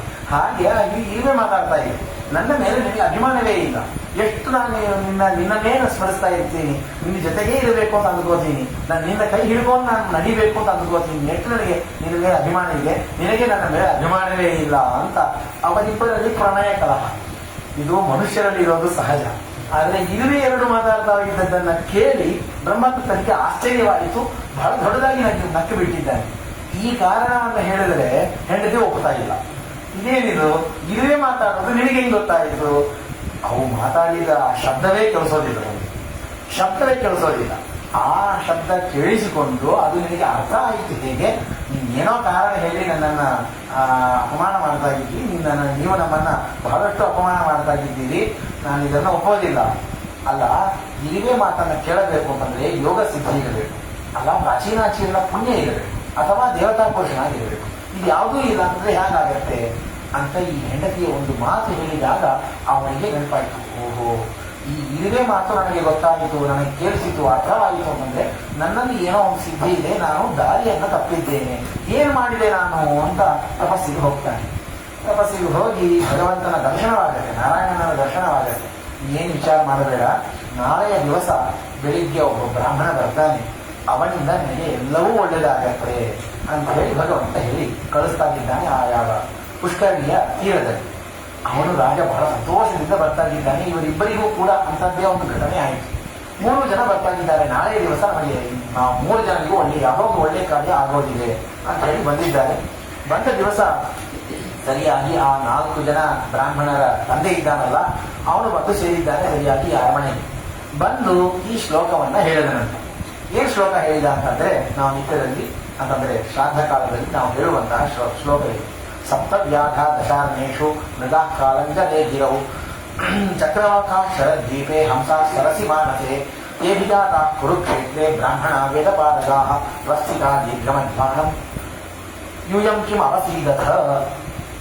ನಾವು 7 ಜನ ಸೇರಿಯೇ ಇದ್ವಿ, ಸೇರಿ ತಪ್ಪು ಮಾಡಿದ್ವಿ. ಸೇರಿ ತಪ್ಪು ಮಾಡಿದರ ಪ್ರಭಾವ ನಾವು 7 ಜನ ವ್ಯಾಧಕುಲದಲ್ಲಿ ಹುಟ್ಟಿದ್ವಿ. ಆಮೇಲೆ ಚಕ್ರವಾಕ ಪಕ್ಷಿಗಳಾಗಿ ಶರದ್ವೀಪದಲ್ಲಿ ಹುಟ್ಟಿದ್ವಿ. ಆಮೇಲೆ ಮಾನಸ ಸರೋವರದಲ್ಲಿ ಹಂಸ ಪಕ್ಷಿಗಳಾಗಿ ಹುಟ್ಟಿದ್ವಿ.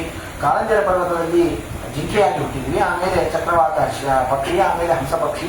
ಇವಾಗ ಕುರುಕ್ಷೇತ್ರದಲ್ಲಿ ನಾವೆಲ್ಲ 4 ಜನ ಬ್ರಾಹ್ಮಣರಾಗಿ ವೇದ ಪಾರಂಗತರಾಗಿ ನಾವೆಲ್ಲರೂ ನಮ್ಮ ಉತ್ತಮ ಗತಿಯನ್ನು ನೋಡ್ಕೊಂಡು ಹೋಗ್ತಾ ಇದ್ದೀವಿ. ನೀವು 3 ಜನ ಇಲ್ಲೇ ಉಳ್ಕೊಂಡ್ಬಿಡ್ತೀರಾ, ನಮ್ಮ ಜೊತೆ ಬರ್ತೀರಾ ಅಂತ ಅರ್ಥ. ಇದು ಕೇಳಿದ ಕೂಡಲೇ ಆ ಬ್ರಹ್ಮದತ್ತನಿಗೆ, ಕಂಡರೀಕ ಹಾಗೂ ಪಾಂಚಾಲನಿಗೆ 3 ಜನರಿಗೆ ನೆನಪಾಯಿತು. ಇಷ್ಟು ಜನ್ಮದಲ್ಲಿ ಹಿಂದಿನ ಜನ್ಮಗಳು ನೆನಪಿದ್ದು, ಬ್ರಾಹ್ಮಣರಾಗಿ ಇದ್ದಂತಹ ಈ 4 ಜನರಿಗೂ ಈ ಜನ್ಮದಲ್ಲಿ ನೆನಪಿದೆ. ರಾಜನಿಗೂ ಈ 2 ಮಂತ್ರಿಗಳಿಗೆ ಮಾತ್ರ ಮರ್ತೋದು. ಹೋಗುವಾಗ ಈ 4 ಜನ ಇವರಿಗೆ ನೆನಪಿಸಿ ಹೋಗ್ತಾ ಇದ್ದಾರೆ. ಇದು ನೆನಪಿಸಿದ್ದಕ್ಕೆ ಬಹಳ ಸಂತೋಷವಾಯಿತು ಆ ಬ್ರಹ್ಮದತ್ತನಿಗೆ. ಬಂದಂತಹ ಬ್ರಾಹ್ಮಣರಿಗೆ, ಬಡ ಬ್ರಾಹ್ಮಣರಿಗೆ ಬೇಕಾದಷ್ಟು ಗ್ರಾಮಗಳನ್ನ, ವಿವಿಧವಾದಂತಹ ಆಭರಣಗಳನ್ನ, ಬೇಕಾದಷ್ಟು ನಾಣ್ಯಗಳನ್ನ ಎಲ್ಲವನ್ನು ಕೊಟ್ಟು ಅವನಿಗೆ ಸಂತೋಷಪಡಿಸಿ ಆ ಬ್ರಹ್ಮದತ್ತ ತನ್ನ ಮಗನಾದಂತಹ ವಿಕ್ಷತ್ಸೇನನನ್ನ ಪಟ್ಟಾಭಿಷೇಕ ಮಾಡಿ ಅವತ್ತೇ 2 ಘಳಿಗೆಗಳಲ್ಲಿ ಎಲ್ಲ ವ್ಯವಸ್ಥೆ ಮಾಡಿ ನಾನಿನ್ನು ಹೊರಡ್ತೇನೆ ಅಂತ ಈ 3 ಜನರು ಕೂಡ ಹೊರಟಿದ್ದಾರೆ. ಈ 7 ಜನರನ್ನ ಆಕಾಶ ಮಾರ್ಗದಲ್ಲಿ ಹೋಗುವಂತಹ ಈ 7 ಜನರನ್ನ ಮಾರ್ಕಂಡೇಯ ಮಹರ್ಷಿಗಳು ನೋಡಿದರು. ಈ ವೃತ್ತಾಂತವನ್ನು ಭೀಷ್ಮಾಚಾರ್ಯರಿಗೆ ಹೇಳಿದರು. ಅದನ್ನ ಧರ್ಮರಾಜನಿಗೆ ಭೀಷ್ಮಾಚಾರ್ಯರು ಉಪದೇಶ ಮಾಡಿದ್ದಾರೆ. ಈ ಕಥೆಯನ್ನ ಯಾರು ಕೇಳುತ್ತಾರೆ ಅವರ ವಿಶಿಷ್ಟವಾದಂತಹ ಎಲ್ಲ ವಿಧವಾದಂತಹ ಪಾಪಗಳು ಪರಿಹಾರವಾಗ್ತವೆ.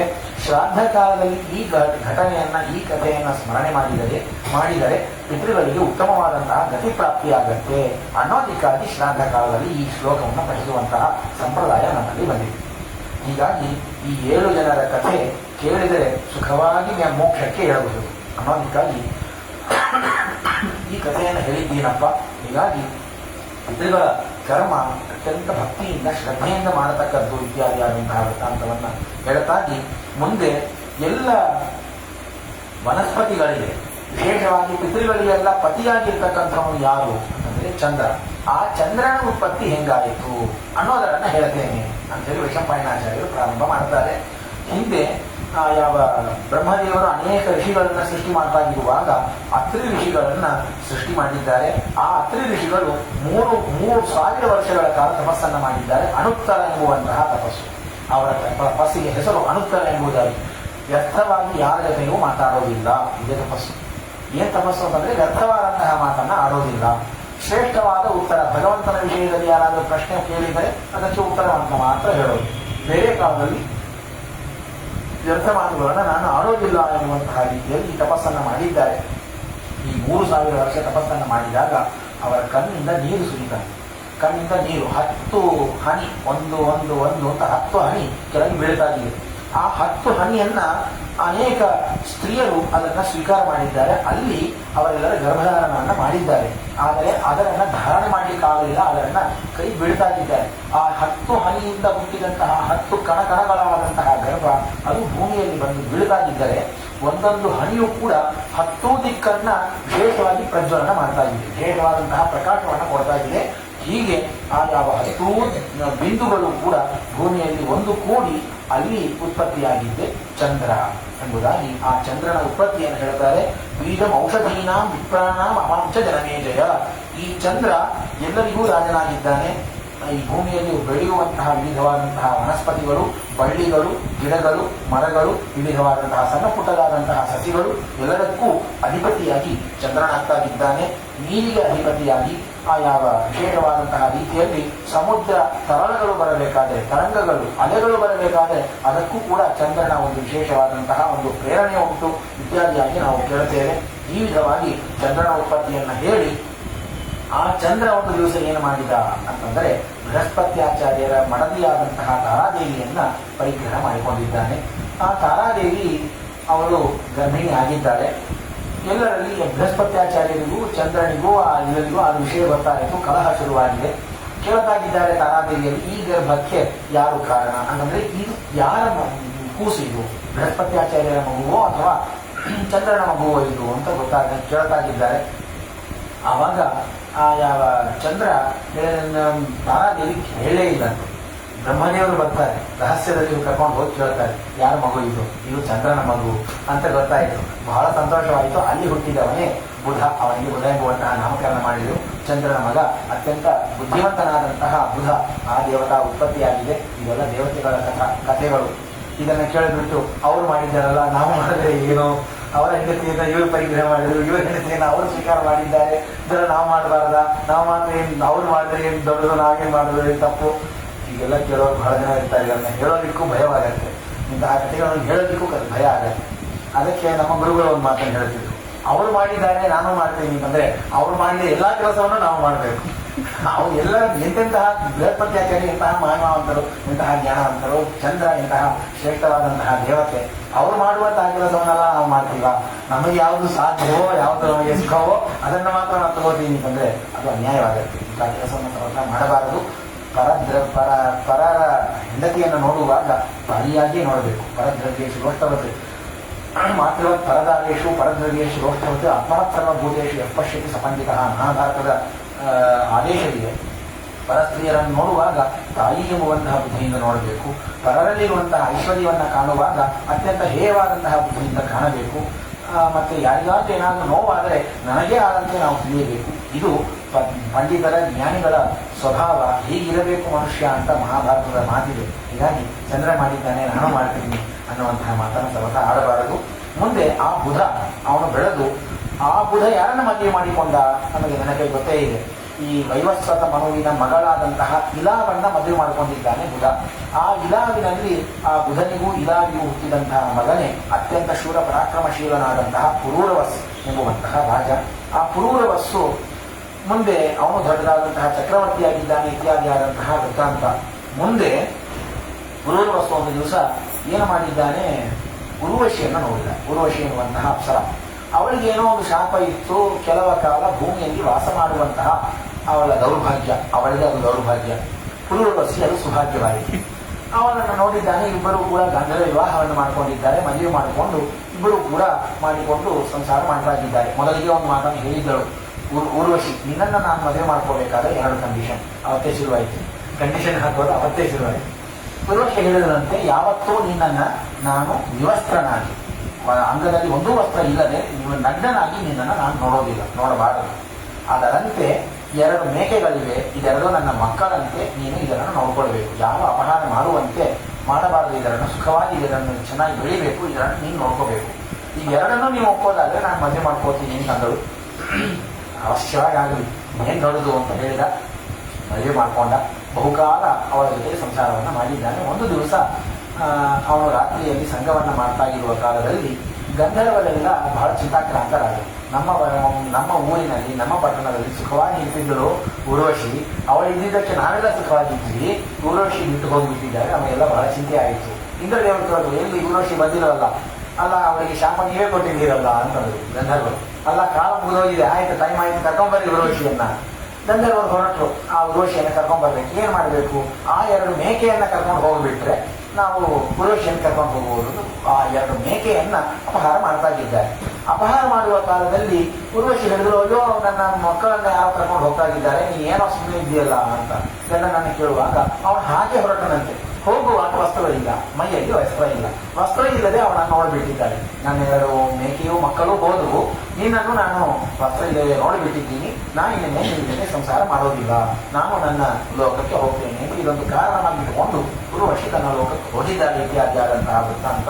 ಬಹುಕಾಲ ಸಂಚಾರ ಮಾಡ್ತಾನೆ ಪುರೂರವಸ್ಸು. ಕಾಳಿದಾಸನ ಒಂದು ಕಾವ್ಯ ಉಂಟು, ವಿಕ್ರಮೋರ್ವಶೀಯ ಅಂತ. ಇವರಿಬ್ಬರು ಊರ್ವಶಿ ಹೋದ ಮೇಲೆ ಯಾವ ಪುರೂರವಸ್ಸು ಎಷ್ಟು ದಿವಸ ಎಷ್ಟು ಚಿಂತೆಯನ್ನ ಪಟ್ಟ, ಎಷ್ಟು ತನ್ನ ಹೆಂಡತಿಯನ್ನೇ ನೆನೆಸ್ತಾ ಇದ್ದ ಆ ಯಾವ ವಿಪ್ರಲಂಬ ಶೃಂಗಾರವನ್ನು ಅಲ್ಲಿ ನೋಡಬಹುದು. ಹಾಗೆ ಆ ಯಾವ ಪುರೂರವಸ್ಸು ಅಲ್ಲಲ್ಲಿ ಸಂಚಾರ ಮಾಡ್ತಾನೆ. ಕೊನೆಗೆ ಒಂದು ದ್ವೀಪದಲ್ಲಿ, ಒಂದು ಸರಸ್ಸಿನ ತೀರದಲ್ಲಿ ಊರ್ವಶಿಯನ್ನು ನೋಡ್ತಾನೆ. 5 ಜನರು ಊರ್ವಶಿಯನ್ನು ಸೇರಿ 5 ಜನ ಅವರ ಸಖಿಯರ ಜೊತೆಗೆ ಇವರನ್ನ ನೋಡ್ತಾನೆ. ಬಹಳ ಸಂತೋಷವಾಗುತ್ತೆ. ಅಂತೂ ಇಂತೂ ಸಿಕ್ಕಿದ್ದೀನಿ ನೀನು ನನಗೆ, ಎಲ್ಲಿ ಹೋದಿ ಅಂತ. ಈ ಉಳಿದ 4 ಜನರಿಗೆ ಭಯ, ಏನ್ ಮಾಡ್ತಾನೆ ಇವನು, ರಾಜ ಬಂದಿದ್ದಾನಲ್ಲ ಅಂತ. ಅವಾಗ ಊರ್ವಶಿ ಬಂದು ಹೇಳ್ತಾಳೆ, ಅಲ್ಲ ರಾಜನ, ಎಷ್ಟು ದಿವಸ ಇರ್ಲಿಕ್ಕೆ ಸಾಧ್ಯ? ನಾನು ಇರೋದು ಉಳಿದ ಲೋಕದಲ್ಲಿ. ಒಂದು ದಿವಸ, ಇವತ್ತೊಂದು ದಿವಸ ನಿನ್ನ ಜೊತೆಗೆ ಇರ್ತೀನಿ, ಆದರೆ ನಾನು ಇಲ್ಲಿ ನಿರಂತರವಾಗಿ ಇಲ್ಲಿ ಇರ್ಲಿಕ್ಕೆ ಆಗೋದಿಲ್ಲ. ಒಂದು ದಿವಸ ನಿನ್ನ ಜೊತೆಗೆ ಇರ್ತೀನಿ, ನಾನು ಮತ್ತೆ ಹೋಗ್ಬಿಡ್ತೀನಿ. ನಿನ್ನ ಮಕ್ಕಳು ನಿನಗೆ, ನಿನ್ನಿಂದ ನಾನು ಗರ್ಭವತಿ ಆಗಿದ್ದೀನಿ, ನಿನ್ನಿಂದ ಈಗ ನಾನು ಗರ್ಭವತಿ ಆಗಿದ್ದೀನಿ ಕಾರಣ ಇನ್ನು 1 ವರ್ಷದಲ್ಲಿ ನಿಮಗೆ ಒಳ್ಳೊಳ್ಳೆ ಮಕ್ಕಳು ಹುಡ್ತಾರೆ, ಅವರೆಲ್ಲರನ್ನು ಕೂಡ ನಿನಗೆ ನಾನು ಒಪ್ಪಿಸ್ತೀನಿ ಅಂತ ಹೇಳಿ ಒಂದು ದಿವಸ ಇದ್ದು ಅವರು ಹೋಗ್ಬಿಟ್ಟಿದ್ದಾರೆ. ಇವನಿಗೆ ಇರ್ಲಿಕ್ಕೆ ಆಗ್ತಾ ಇಲ್ಲ, ಹೆಂಡತಿಯನ್ನು ಬಿಟ್ಟು ನಾನು ಇಲ್ಲಿ ಇರೋದು ಹೇಗೆ ಅಂತ ಒಂದು ಚಿಂತೆಯಿಂದ ಇವನು ಹೀಗೆ ಇರ್ತಿದ್ದಾನೆ. ಅವನಿಗೆ ಅನೇಕ ಮಕ್ಕಳೆಲ್ಲ ಹುಟ್ಟಾಗಿದ್ದಾರೆ ಇತ್ಯಾದಿ ಆದಂತಹ ವೃತ್ತಾಂತ.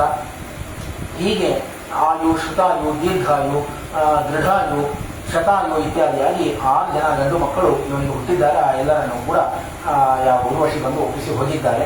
ಇವನಿಗೆ ಇಲ್ಲಿ ಇರ್ಲಿಕ್ಕೆ ಆಗಲಿಲ್ಲ. ವಿಶೇಷವಾದಂತಹ ಯಜ್ಞವನ್ನು ಮಾಡಿ ಅವನು ಕೂಡ ಗಂಧರ್ವ ಲೋಕವನ್ನು ಹೊಂದಿದ್ದಾನೆ. ಪುರೂರವಸ್ ಚಕ್ರವರ್ತಿ ಇತ್ಯಾದಿ ಆದಂತಹ ಆ ವೃತ್ತಾಂತವನ್ನು ಹೇಳ್ತಾರೆ.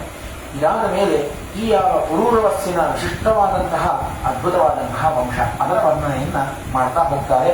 ಆಯುವಿನ ವಂಶವನ್ನು ಹೇಳ್ತಾ ಹೋಗುವಾಗ ಆಯಾವ ಆಯು ವಂಶದಲ್ಲಿ ಅನೇಕ ರಾಜರು ಮಹಾರಾಜರು ಎಲ್ಲರೂ ಕೂಡ ಬಂದಿದ್ದಾರೆ. ಯುವನಾಶ್ರಮಗಳಾದಂತಹ ರಾಜರೆಲ್ಲ ಬಂದಿದ್ದಾರೆ. ಜನ್ಹು ಋಷಿಗಳ ಕಥೆಯನ್ನು ಹೇಳದಾಗಿ ಆ ಜನ್ಹು ಋಷಿಗಳ ಮಗಳಾಗಿ ಜಾಹ್ನವಿ ಎಂಬುವುದಾಗಿ ಗಂಗಾದೇವಿಯ ಅವತರಣವನ್ನು ಕೇಳುತ್ತೇವೆ. ಮತ್ತು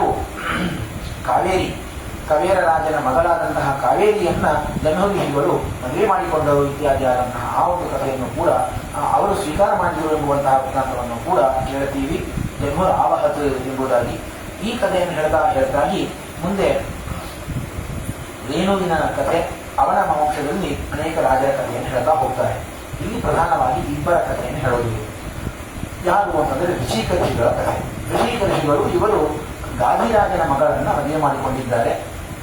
ಆ ಕಡೆ ಅತ್ತೆಯೂ ಗರ್ಭಿಣಿಯಾದರು, ಈ ಕಡೆ ಮಗಳು ಗರ್ಭಿಣಿ ಹಾಕಿದ್ದಾರೆ. ಇದೆಲ್ಲ ಮಹಾ ದೊಡ್ಡದಾದಂತಹ ಸೌಭಾಗ್ಯ. ಇವತ್ತಿನ ಕಾಲದಲ್ಲಿ ಕೇವಲ ಸಾಧ್ಯವೇ ಇಲ್ಲ, ಅಭ್ಯಾಸ ಮಾಡ್ತಾರೆ ಜನ. ಆದರೆ ಮಕ್ಕಳಾಗುವಂತಹದ್ದು ಯಾವ ಸಂತತಿ ಪ್ರಾಪ್ತಿ ಎಂಬುದು ಎಷ್ಟು ದೊಡ್ಡದು ಅಂತಂದ್ರೆ ಕೂಡಿ ಬಾಣಂತನ ಮಾಡ್ಕೊಂಬೋರಂತೆ. ಯಾರು ಮಾಡ್ತಾರೋ ಗೊತ್ತಿಲ್ಲ. ಈ ಕಡೆ ಮಗಳು ಬಾಣತಿಯಾಗಿರೋರು, ಆ ಕಡೆ ತಾಯಿಯೂ ಬಾಣತಿಯಾಗಿರೋರು, ಇಬ್ಬರು ಕೂಡ ಗರ್ಭಿಣಿಯರು, ಒಬ್ಬರಿಗೊಬ್ಬರು ನೋಡ್ಕೋಬೇಕು. ಬಹಳ ವಿಸ್ತಾರವಾದಂತಹ ಘಟನೆಗಳು. ಗಾದಿರಾಜನ ಹೆಂಡತಿಯೂ ಗರ್ಭಿಣಿ, ಮಗಳು ಗರ್ಭಿಣಿಯಾಗಿದ್ದಾರೆ. ಋಷಿಗಳಲ್ಲಿ ಹೋಗಿ ಕೇಳ್ತಾರೆ, ಇವರು ಅತ್ತೆ ಹೆಂಡತಿ ಅಂದ್ರೆ ತಾಯಿಯೂ ಕೇಳ್ತಾ ಮಗಳು ಕೇಳ್ತಾ ಇದ್ದಾರೆ, ತಾಯಿಯೂ ಕೇಳ್ತಾ ಇದ್ದಾರೆ, ನಮಗೆ ಒಳ್ಳೆ ಮಗ ಆಗಬೇಕು, ಮಕ್ಕಳು ಆಗಬೇಕು, ನೀವು ಅನುಗ್ರಹ ಮಾಡಬೇಕು ಅಂತ ಹೇಳಿದಾಗ ಚದುವನ್ನು ವಿಶೇಷವಾಗಿ ಅಭಿಮಂತ್ರಣ ಮಾಡಿ ಕೊಟ್ಟಿದ್ದಾರೆ. ಇದೆಲ್ಲ ಭಾಗವತದಲ್ಲಿ ಕೇಳಿರ್ತೀರಿ. ಗಾದಿರಾಜನ ಹೆಂಡತಿ ಅವಳನ್ನ ಹೇಳಿದರಂತೆ ಮಗಳ ಹತ್ರ, ಏನಾದರೂ ನೀನು ಹೆಂಡತಿ ನಿನಗೆ ವಿಶೇಷವಾಗಿ ಸ್ಪೆಷಲ್ ಆಗಿ ಅಭಿಮಂತ್ರಣ ಮಾಡಿರ್ತಾರೆ, ಅದನ್ನು ನನಗೆ ಕೊಟ್ಬಿಡು, ನನ್ನನ್ನ ನೀನು ತಗೋ, ಮುಂದಿನ ಬಾರಿ ನೀನು ಸ್ವೀಕಾರ ಮಾಡುವಂತಿ, ನಾನು ಮತ್ತೊಮ್ಮೆ ಗರ್ಭಿಣಿ ಆಗ್ತೀನೋ ಗೊತ್ತಿಲ್ಲ, ನಿನಗಿನ್ನೋ ವಯಸ್ಸಿದೆ, ನಾವು ವ್ಯತ್ಯಾಸ ಪರಿಣಾಮ ಮಾಡ್ಕೊಂಬೋಣ ಅಂತ ಪರಿಣಾಮ ಮಾಡ್ಕೊಂಡ್ರು.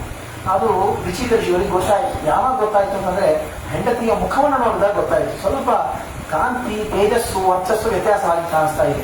ಏನಾಯಿತು ಚಲು ಏನಾಯಿತು ಅಂತ ಹೇಳಿದಾಗ ಗಂಡನ ಮೇಲೆ ಭಯ ಆ ಕಾಲದಲ್ಲಿ ಇತ್ತು. ಹೀಗಾಗಿ ಗಂಡನ ಮೇಲೆ ಭಯದಿಂದ ಹೇಳಿಬಿಟ್ಟಂತೆ ಅವರು, ಅಲ್ಲ ನಾನು ಹೀಗೆ ನಮ್ಮ ತಾಯಿ ಹೇಳಿದ್ರು, ಅದನ್ನು ನಾವು ಪರಿಣಾಮ ಮಾಡ್ಕೊಂಡ್ವಿ, ಎಲ್ಲರಿಗೂ ಅಲ್ಲ, ಈ ಕಾಲದಲ್ಲಿಯೂ ಪಾಪ ಅಂತ ಹೆಣ್ಣು ಮಕ್ಕಳು ಇದ್ದಾರೆ ಅಂತೂ ಯಾಕೆ ಅವರು ಇದಕ್ಕೆ ನಾವ್ಯಾಕೆ ಪಾತ್ರ ಆಗೋಣ ಅಂತೂ ಹೇಳ್ಕೊಂಡು ನಾವು ಪರಿಣಾಮ ಮಾಡ್ಕೊಂಡ್ಬಿಟ್ಟಿದ್ದೀವಿ ಅಂತ.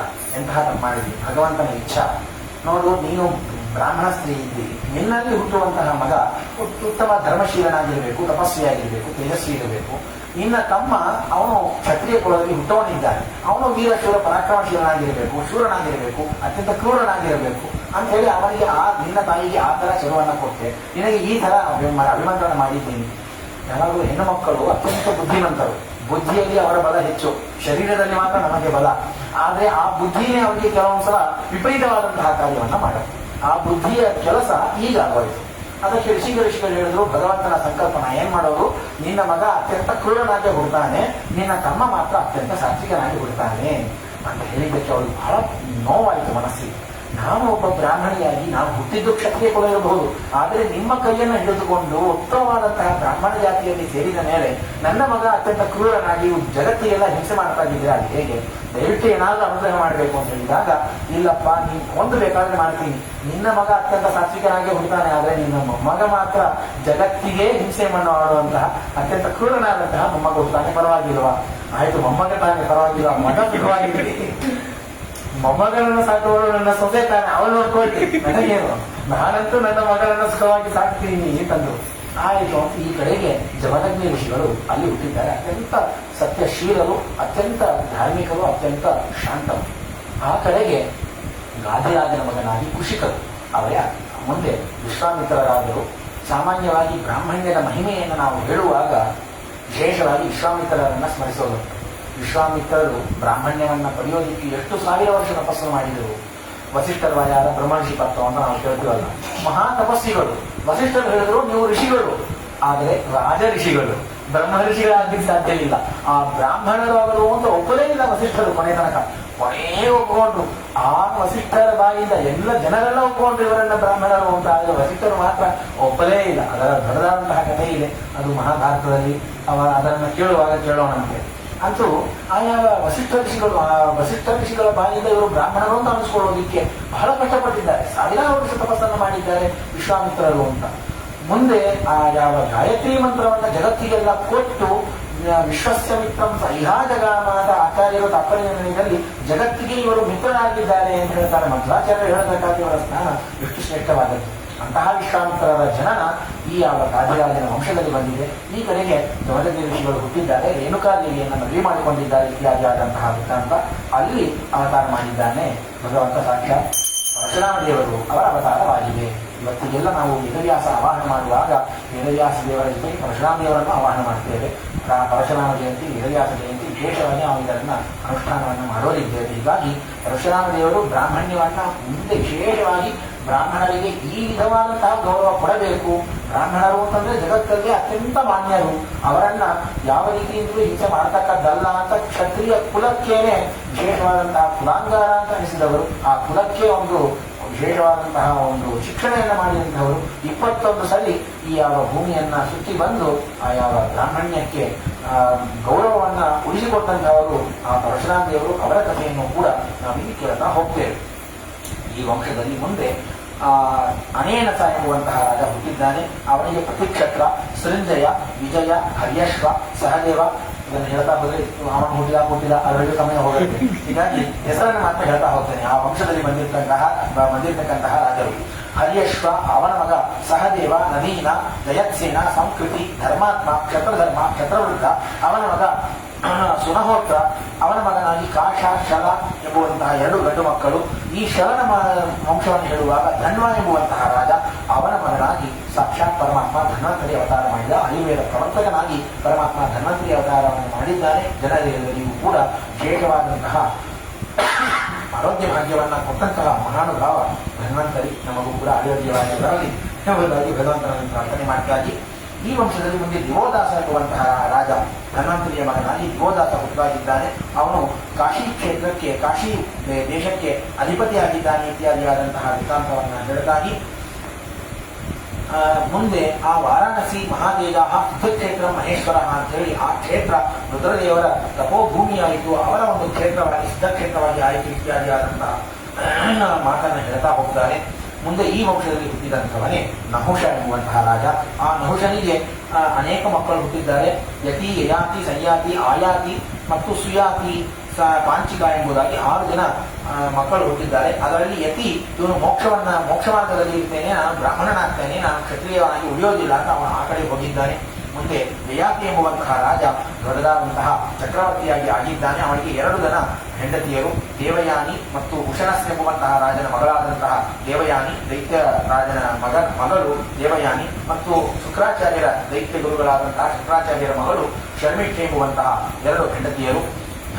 ಶರ್ಮಿಷ್ಠಿಗೆ ದೃಶ್ಯ ಅನುಪೂರ್ವ ಎಂಬುದಾಗಿ 3 ಗಂಡು ಮಕ್ಕಳು ಹುಟ್ಟಿದ್ದಾರೆ.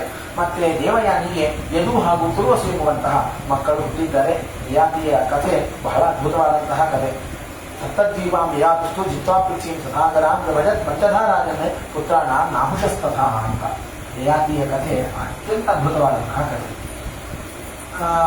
ಇದು ಕಥೆ ಬಹಳ ವಿಸ್ತಾರವಾಗಿದೆ. ಸಂಕ್ಷೇಪವಾಗಿ ಒಂದು ಮಾತಲ್ಲಿ ಹೇಳೋದು ಅಂತಂದ್ರೆ, ಯಾವ ದೇವಯಾನಿಯನ್ನ ಕಳಿಸುವಾಗ ಯಾವ ಶುಕ್ರಾಚಾರ್ಯರು ಮೊದಲಿಗೆ ಒಂದು ಮಾತನ್ನು ಹೇಳಿದ್ದರು.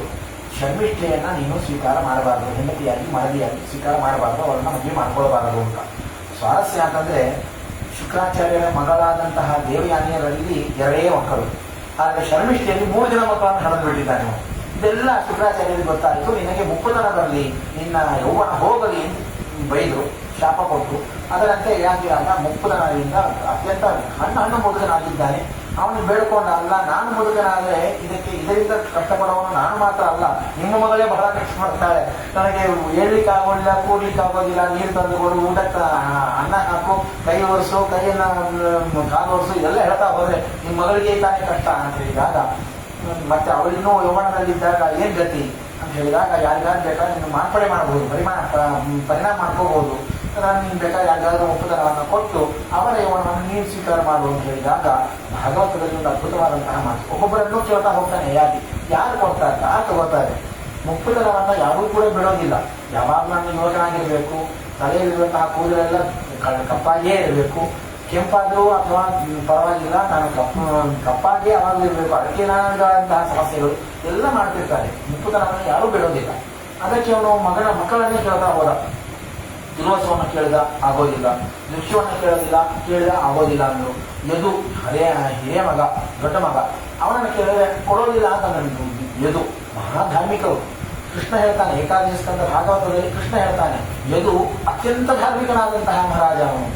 ಆದರೆ ಯದು ತನ್ನ ತಂದೆಯಾದಂತಹ ಯಯಾತಿಗೆ ತನ್ನ ಯೌವನವನ್ನು ಕೊಟ್ಟೇ ಇಲ್ಲ.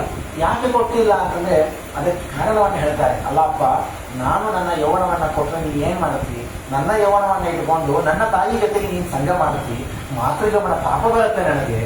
ಆದ್ದರಿಂದ ನಾನು ನನ್ನ ಯೌವನವನ್ನು ಕೊಡೋದಿಲ್ಲ. ಎಷ್ಟು ತನ್ನ ಬುದ್ಧಿ ವಿಚಾರ ಶಕ್ತಿ ಅವನಿಗೆ ಆ ಯದು ಮಹಾರಾಜನದು. ಯದೋಶ್ಚ ಧರ್ಮಶೀಲಸ್ಯ, ಭಾಗವತದ ಮಾತನ್ನು ಕೇಳ್ತಿಲ್ಲ, ಅತ್ಯಂತ ಧಾರ್ಮಿಕ ಅನ್ನೋದಕ್ಕೆ ಈ ಕಾರಣಕ್ಕೆ ನಾನು ಕೊಡೋದಿಲ್ಲ ಅನ್ನೋದು. ಕೊನೆಯ ಮಗ, ಸಣ್ಣ ಕೂಸು ಪೂರು, ಅವನು ಕೊಡ್ತಾನೆ, ನನ್ನ ಯೌವನವನ್ನು ನಿನಗೆ ಕೊಡ್ತೀನಪ್ಪ, ನಿನ್ನ ಮುಖದವನ್ನು ನಾನು ಸ್ವೀಕಾರ ಮಾಡ್ತೇನೆ ಅಂತ ಹೇಳಿ ಮುಂದೆ ಅವನ ಯೌವನದಿಂದ ಬಹುಕಾಲ ತನ್ನ ಹೆಂಡತಿಯರ ಜೊತೆಗೆ ಸುಖವಾಗಿ ಇರ್ತಾಗಿದ್ದಾನೆ ಯಯಾತಿ. ಆವಾಗ ಹೇಳುವಂತಹ ಮಾತು, ಬಹುಕಾಲ ಸುಖವಾಗಿ ಇರ್ತಿದ್ದಾನೆ, ಆದ್ರೆ ಅವನಿಗೆ ತೃಪ್ತಿಯೇ ಆಗಲಿಲ್ಲ. ಹವಿಷ ಕೃಷ್ಣವತ್ಮೇವ ಭೂಯೇವ ಅಭಿವರ್ಧತೆ.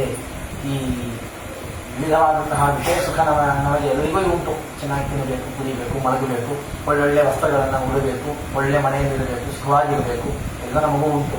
ಆದರೆ ಯಯಾತಿ ಮಹಾರಾಜರ ಒಂದು ದೊಡ್ಡದಾದಂತಹ ಒಂದು ಪಾಠ ಅಂತಂದ್ರೆ ನಮಗೆ ಹೇಳಿದ್ದು, ಆಸೆ ಪಡ್ತೀವಲ್ಲ, ಈ ಆಸೆ ಯಾವತ್ತೂ ಇದು ಮುಕ್ತಾಯವೇ ಆಗೋದಿಲ್ಲ.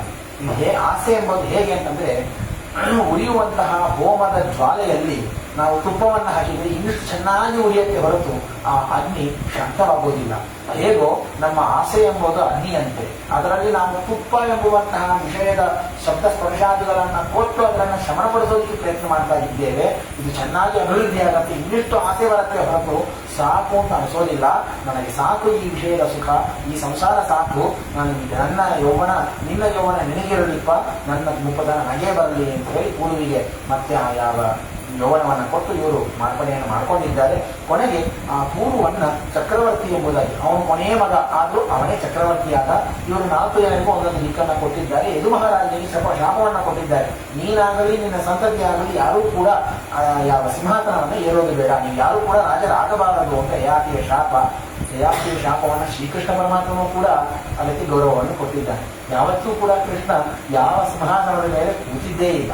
ಎಷ್ಟೋ ರಾಜರನ್ನು ಸಂಹಾರ ಮಾಡಿದ್ದಾನೆ. ನರಕಾಸುರನನ್ನ ಸಂಹಾರ ಮಾಡಿದ, ಜರಾಸಂಧನನ್ನ ಭೀಮಸೇನನಿಂದ ಸಂಹಾರ ಮಾಡಿಸಿದ. ಯಾವ ರಾಜ್ಯದಲ್ಲೂ ತಾನು ರಾಜನಾಗಲಿಲ್ಲ. ಯಯಾತಿಯ ಮೇಲೆ ಅಷ್ಟು ಗೌರವ ಕೃಷ್ಣನಿಗೆ. ಅವನ ಮಾತನ್ನ ಸತ್ಯಪಡಿಸೋದಕ್ಕಾಗಿ ಸತ್ಯಂ ವಿಧಾತು ನಿಜ ಕೃತ್ಯ ಭಾಷಿತ. ಭಕ್ತರಿದ್ದರೆ ಅವರ ಮಾತನ್ನ ಮೊದಲಿಗೆ ತಿಳಿಸುವಂತಹ ಕಾರ್ಯ ಶ್ರೀಕೃಷ್ಣ ಪರಮಾತ್ಮ ಮಾಡ್ತಾನೆ ಎಂಬುದಕ್ಕೆ ಈ ಯಯಾತಿಯ ಅದ್ಭುತವಾದಂತಹ ಸಾಕ್ಷಿಭೂತನಾಗಿದ್ದಾನೆ. ಈ ವಿಧವಾಗಿ ಆ ಯಯಾತಿಯ ವಂಶವನ್ನು ಹೇಳ್ತಾಗಿ ಮುಂದೆ ಪೂರ್ವ ವಂಶವನ್ನು ಹೇಳ್ತಾ ಹೋಗ್ತಾರೆ. ಆ ಪೂರ್ವಿನ ಮಗ ಮಹಾವೀರ್ಯ, ಅವನಿಗೆ ಜನಮೇಜ ಎಂಬುವಂತಹ ಮಗ ಹುಟ್ಟಿದ್ದಾನೆ, ಅವನಿಗೆ ಪ್ರಚಿನ್ವಾನ್ ಎಂಬುವಂತಹ ಮಗ ಹುಟ್ಟಿದ್ದಾನೆ. ಅವನ ಮಗನಾಗಿ ಕವೀರ, ಅನಸ್ಯು, ಮತ್ತೆ ಅಭಯದ, ಸುಧನ್ವ, ಬಹುಗವ, ಶಮ್ಯಾತಿ, ಅಯಾತಿ, ಅವರ ರೌದ್ರಾಶ್ವ, ಘೃತಾಚಿ, ದಶಾಕ್ಷರ ಎಂಬುದಾಗಿ ಇವರೆಲ್ಲ ಮಕ್ಕಳಾಗಿ ಹುಟ್ಟಿದ್ದಾರೆ. ಶಿಬಿರಾಜ ಇದೇ ವಂಶದಲ್ಲಿ ಹುಟ್ಟಿ ಬಂದಿರತಕ್ಕಂತಹ ಇತ್ಯಾದಿಯಾದಂತಹ ಪೂರ್ವ ವಂಶದ ಕಥೆಯನ್ನು ಹೇಳತಾಗಿ ಇದೇ ವಂಶದಲ್ಲಿ ಮುಂದೆ ಕುರು ಎಂಬುವಂತಹ ರಾಜ, ಆ ಕುರುವಿನ ರಾಜ್ಯದಲ್ಲಿ ಬಂದಿದ್ದಕ್ಕಾಗಿ ಕುರು ವರ್ಷ ಎಂಬುದಾಗಿ ಈ ಯಾವ ವರ್ಷವನ್ನ ಕರೆಯೋದು ಉಂಟು ಇತ್ಯಾದಿಯಾದಂತಹ ವೃತ್ತಾಂತವನ್ನು ಹೇಳತಾಗಿ ಇದೇ ವಂಶದಲ್ಲಿ ಮುಂದೆ ದುಷ್ಯಂತ ಚಕ್ರವರ್ತಿ ಹುಟ್ಟಿದ್ದಾರೆ. ಭರತ ಚಕ್ರವರ್ತಿ ಅವರ ಮಗನಾಗಿ ಹುಟ್ಟಿದ್ದಾರೆ. ನಾಗಾಯುಧ ಬಲೋ ಮಹಾನ್, ಆ ಭರತ ಚಕ್ರವರ್ತಿಯ ಮಹಿಮೆಯನ್ನು ಹೇಳುವಾಗ ಹರಿವಂಶ ಹೇಳುತ್ತದೆ, 10,000 ಆನೆಗಳಿಗೆ ಎಷ್ಟು ಬಲವೋ ಅಷ್ಟು ಬಲ ಭರತ ಚಕ್ರವರ್ತಿಗೆ ಇರ್ತಿತ್ತಂತೆ. ನಾಗ ಅಂತಂದ್ರೆ ಆನೆ ಅಂತ ಅರ್ಥ ಉಂಟು. ಹೀಗಾಗಿ 10,000 ಆನೆಗಳಿಗಿರುವಂತಹ ಬಲ ಒಬ್ಬ ಭರತನಿಗೆ ಇರ್ತಿತ್ತು. ಅಷ್ಟು ಮಹಾ ಅದ್ಭುತವಾದಂತಹ ಬಲಿಷ್ಠನಾದಂತಹ ರಾಜ ಶಕುಂತಲೆಯ ಮಗನಾಗಿ ದುಷ್ಯಂತ ಚಕ್ರವರ್ತಿಯ ಮಗನಾಗಿ ಹುಟ್ಟಾಗಿದ್ದಾನೆ ಇತ್ಯಾದಿಯಾದಂತಹ ವೃತ್ತಾಂತ. ಅವನು ಸಣ್ಣ ಕಾಲದಲ್ಲಿ ಅವನು ಹುಟ್ಟಿದ್ದು ಬೆಳೆದಿದ್ದು ಎಲ್ಲ ವನದಲ್ಲಿ, ಅರಣ್ಯದಲ್ಲಿ, ಕನ್ವಾಶ್ರಮದಲ್ಲಿ ಎಲ್ಲ ಅವನ ಕಥೆಯನ್ನು ಕೇಳಿರ್ತೀವಿ. ಆಟ ಆಡಬೇಕಾದ್ರೆ ಅವನಿಗೆ ಬೊಂಬೆಗಳಿಂದೆಲ್ಲ ಇಟ್ಕೊಂಡೆಲ್ಲ ಆಟ ಆಡ್ತಿರ್ಲಿಲ್ಲಂತೆ. 4 ಸಿಂಹಗಳು, ಈ ಕಡೆ 4 ಹುಲಿಗಳು, ಇದನ್ನಿಟ್ಕೊಂಡು ಅಪ್ಪಚ್ಚಿ ಮಾಡೋಣ, ಇದನ್ನಿಟ್ಕೊಂಡು ಆಟ ಆಡ್ತಾ ಇದ್ದೀನಂತೆ. ಹೀಗಿರ್ತಿದ್ದನಂತೆ ಯಾವ ಭರತ ಚಕ್ರವರ್ತಿ 4-5 ವಯಸ್ಸಿನಲ್ಲಿ. ಅವನನ್ನ ನೋಡಿ ಇವರು ಅತ್ಯಂತ ಆಶ್ಚರ್ಯಚಕಿತರಾಗಿರ್ತಿದ್ದರಂತೆ ಈ ಕಣ್ವ ಮಹರ್ಷಿಗಳು. ಮುಂದೆ ಅವರೇ ತನ್ನ ಶಿಷ್ಯನನ್ನ ಕಟ್ಟು ಕಳಿಸಿದರು. ಶಕುಂತಲಾದೇವಿಯನ್ನ ದುಷ್ಯಂತ ಚಕ್ರವರ್ತಿಯ ಪತ್ನಿಯಾಗಿ ಕೂರಿಸಿದರು ಇತ್ಯಾದಿ ವೃತ್ತಾಂತವನ್ನ ವನಪರ್ವದಲ್ಲಿ ಇದೆಲ್ಲ ಕೇಳ್ತಾ ಹೋಗ್ತೇವೆ. ಸಾಮಾನ್ಯವಾಗಿ ಒಬ್ಬರು ದುಃಖ ಪಡ್ತಾಗಿರುವಾಗ ಅವರಲ್ಲಿ ಹೇಳುವಂತಹ ಮಾತುಗಳು ಹೇಗಿರಬೇಕು ಅಂತಂದರೆ, ಶ್ರೀಕೃಷ್ಣ ಪರಮಾತ್ಮ ಹೇಳುವಂತಹ ಕಥೆಗಳು ಕೆಲವೊಂದೆಲ್ಲ ಉಂಟು. ನಲಚಕ್ರವರ್ತಿಯ ಕಥೆ, ಅವನು ಎಷ್ಟು ಕಷ್ಟಪಟ್ಟಿದ್ದಾನೆ, ದಮಯಂತಿ ಪಟ್ಟಂತಹ ಕಷ್ಟ, ಈ ಕಡೆ ಶಕುಂತಲಾದೇವಿ ಪಟ್ಟಂತಹ ಕಷ್ಟ, ಇದನ್ನೆಲ್ಲ ಹೇಳಿ ಧರ್ಮರಾಜರಿಗೆ ಮತ್ತೆ ಪಾಂಡವರಿಗೆಲ್ಲ ಸಮಾಧಾನ ಹೇಳ್ತಾನೆ ಶ್ರೀಕೃಷ್ಣ ಪರಮಾತ್ಮ. ಇವರೆಲ್ಲ ಇಷ್ಟು ಕಷ್ಟಪಟ್ಟಿದ್ದಾರಪ್ಪ, ನೀನೇನು ಕಷ್ಟ, ನಿಂದೂ ಕಷ್ಟ ಇದೆ ಇಲ್ಲ ಅಂತಲ್ಲ, ಅವರು ಪಟ್ಟಂತಹ ಕಷ್ಟದವರಿದ್ದು ಎದುರಿಗೆ, ಅವರ ದುಃಖದ ಎದುರಿಗೆ ನಿಂದು ಏನೂ ಅಲ್ಲ ಅಂತ ತಿಳ್ಕೋ. ಮಿತ್ರದಲ್ಲಿ 2 ಲಕ್ಷ 3 ಲಕ್ಷ ಬ್ರಾಹ್ಮಣರಿಗೆ ಅನ್ನದಾನ ಮಾಡ್ತಾ ಇದ್ದಿ, ದಿವಸೇನಿಂದ ಇಷ್ಟು ಜನರಿಗೆಲ್ಲ ಪಾಠ ಆಗ್ತಾ ಇದೆ, ಇಲ್ಲಿಯೂ ನೀನು ರಾಜ್ಯಭಾರವೇ ಮಾಡ್ತಾ ಇದ್ದೀಯಮ್ಮ, ನೀನು ಹೆಂಗೆ ಕಡಿಮೆ ಆಯಿತು ಅಂತ ಶ್ರೀಕೃಷ್ಣ ಪರಮಾತ್ಮನ ಕಥೆಯನ್ನ ಮಾತನ್ನ ವನಪರ್ವದಲ್ಲಿ ಕೇಳ್ತೇವೆ. ಹಾಗೆ ಆಯಾವ ಭರತನ ಅದ್ಭುತವಾದಂತಹ ಆಖ್ಯಾನವನ್ನು ಹೆರತಾಗಿ ಈ ವಂಶದಲ್ಲಿ ಮುಂದೆ ಸೋಮದತ್ತ, ಅಜಮೀಢ ಮತ್ತು ಈ ಯಾವ ವಂಶದಲ್ಲಿ ಪೃಷತ ಇತ್ಯಾದಿಯಾದಂತಹ ರಾಜರೆಲ್ಲ ಬಂದು ಹೋಗಿದ್ದಾರೆ ಇತ್ಯಾದಿಯಾದಂತಹ ವೃತ್ತಾಂತ. ವಿಶ್ರುತ, ಋಕ್ಷ, ಭೀಮಸೇನ, ದೇವಾಪಿ, ಬಾಹ್ಲಿಕ ಇವರೆಲ್ಲ ಒಂದೊಂದು ಕೆರೆ, ಇದರ ಒಂದೊಂದು ಕೆರೆಯಲ್ಲಿ ಇವರೆಲ್ಲ ಹುಟ್ಟು ಬರ್ತಾ ಇದ್ದಾರೆ ಇತ್ಯಾದಿಯಾದಂತಹ ವೃತ್ತಾಂತ. ಇದಾದ ಮೇಲೆ ಯದುರಾಜನ ವಂಶವನ್ನ ಹೇಳ್ತಾ ಹೋಗ್ತಾರೆ. ಯದುರಾಜನ ಮಗನಾಗಿ ಮುಂದೆ ಸಹಸ್ರದ, ಪಯೋಧ, ಕ್ರೋಷ್ಟ, ನೀಲ, ಆಂಜಿಕ ಎಂಬುದಾಗಿ 5 ಜನ ಗಂಡು ಮಕ್ಕಳಾಗಿದ್ದಾರೆ. ಸಹಸ್ರದನ ಮಗ ದಾಯಾದ, ಅವನಿಗೆ 3 ಜನ ಮಕ್ಕಳು, ಹಯಹಯ, ಹಯ ಮತ್ತು ವೇಣುಹಯ ಎಂಬುದಾಗಿ. ಈ ಹಯಹಯ ವಂಶದಲ್ಲಿ ಬಂದಿದ್ದವನೇ ಕರ್ತವೀರ್ಯ ಎಂಬುವಂತಹ ಅರ್ಜುನ ಹೆಸರು. ಕೃತವೀರನ ಮಗ ಆದ್ದರಿಂದ ಅವನನ್ನ ಕರ್ತವೀರ್ಯಾರ್ಜುನ ಎಂಬುದಾಗಿ ಕರೆಯೋದುಂಟು. ಇವತ್ತಿಗೂ ನಾವು ಕೈಯಲ್ಲೇ ಸೆಲ್ಫೋನ್ ಇಟ್ಕೊಂಡು ಎಲ್ಲ ಕಡೆ ಸುತ್ತಾಡದಾಗಿ ಕರ್ತವೀರ್ಯಾರ್ಜುನ ರಾಜ ಬಾಹು ಸಹಸ್ರವ ಸಸ್ಯಸ್ವರ್ಣ ಮಾತ್ರ ಲಭ್ಯತೆ ಅಂತ ಹೇಳಿ ಕೈಯಲ್ಲೇ ಇಟ್ಕೊಂಡು ಮನೆಯೆಲ್ಲ ಸುತ್ತಾಡದಾಗಿ ಈ ಕರ್ತವೀರ್ಯನನ್ನ ಸ್ಮರಣೆ ಮಾಡ್ತೀವಲ್ಲ, ನಷ್ಟವಾದಂತಹ ಪದಾರ್ಥಗಳು ಮತ್ತೆ ನಮಗೆ ಸಿಗ್ತದೆ ಅಂತ. ಅಂತಹ ಕರ್ತವೀರ್ಯ 1000 ಬಾಹು ಅವನಿಗೆ.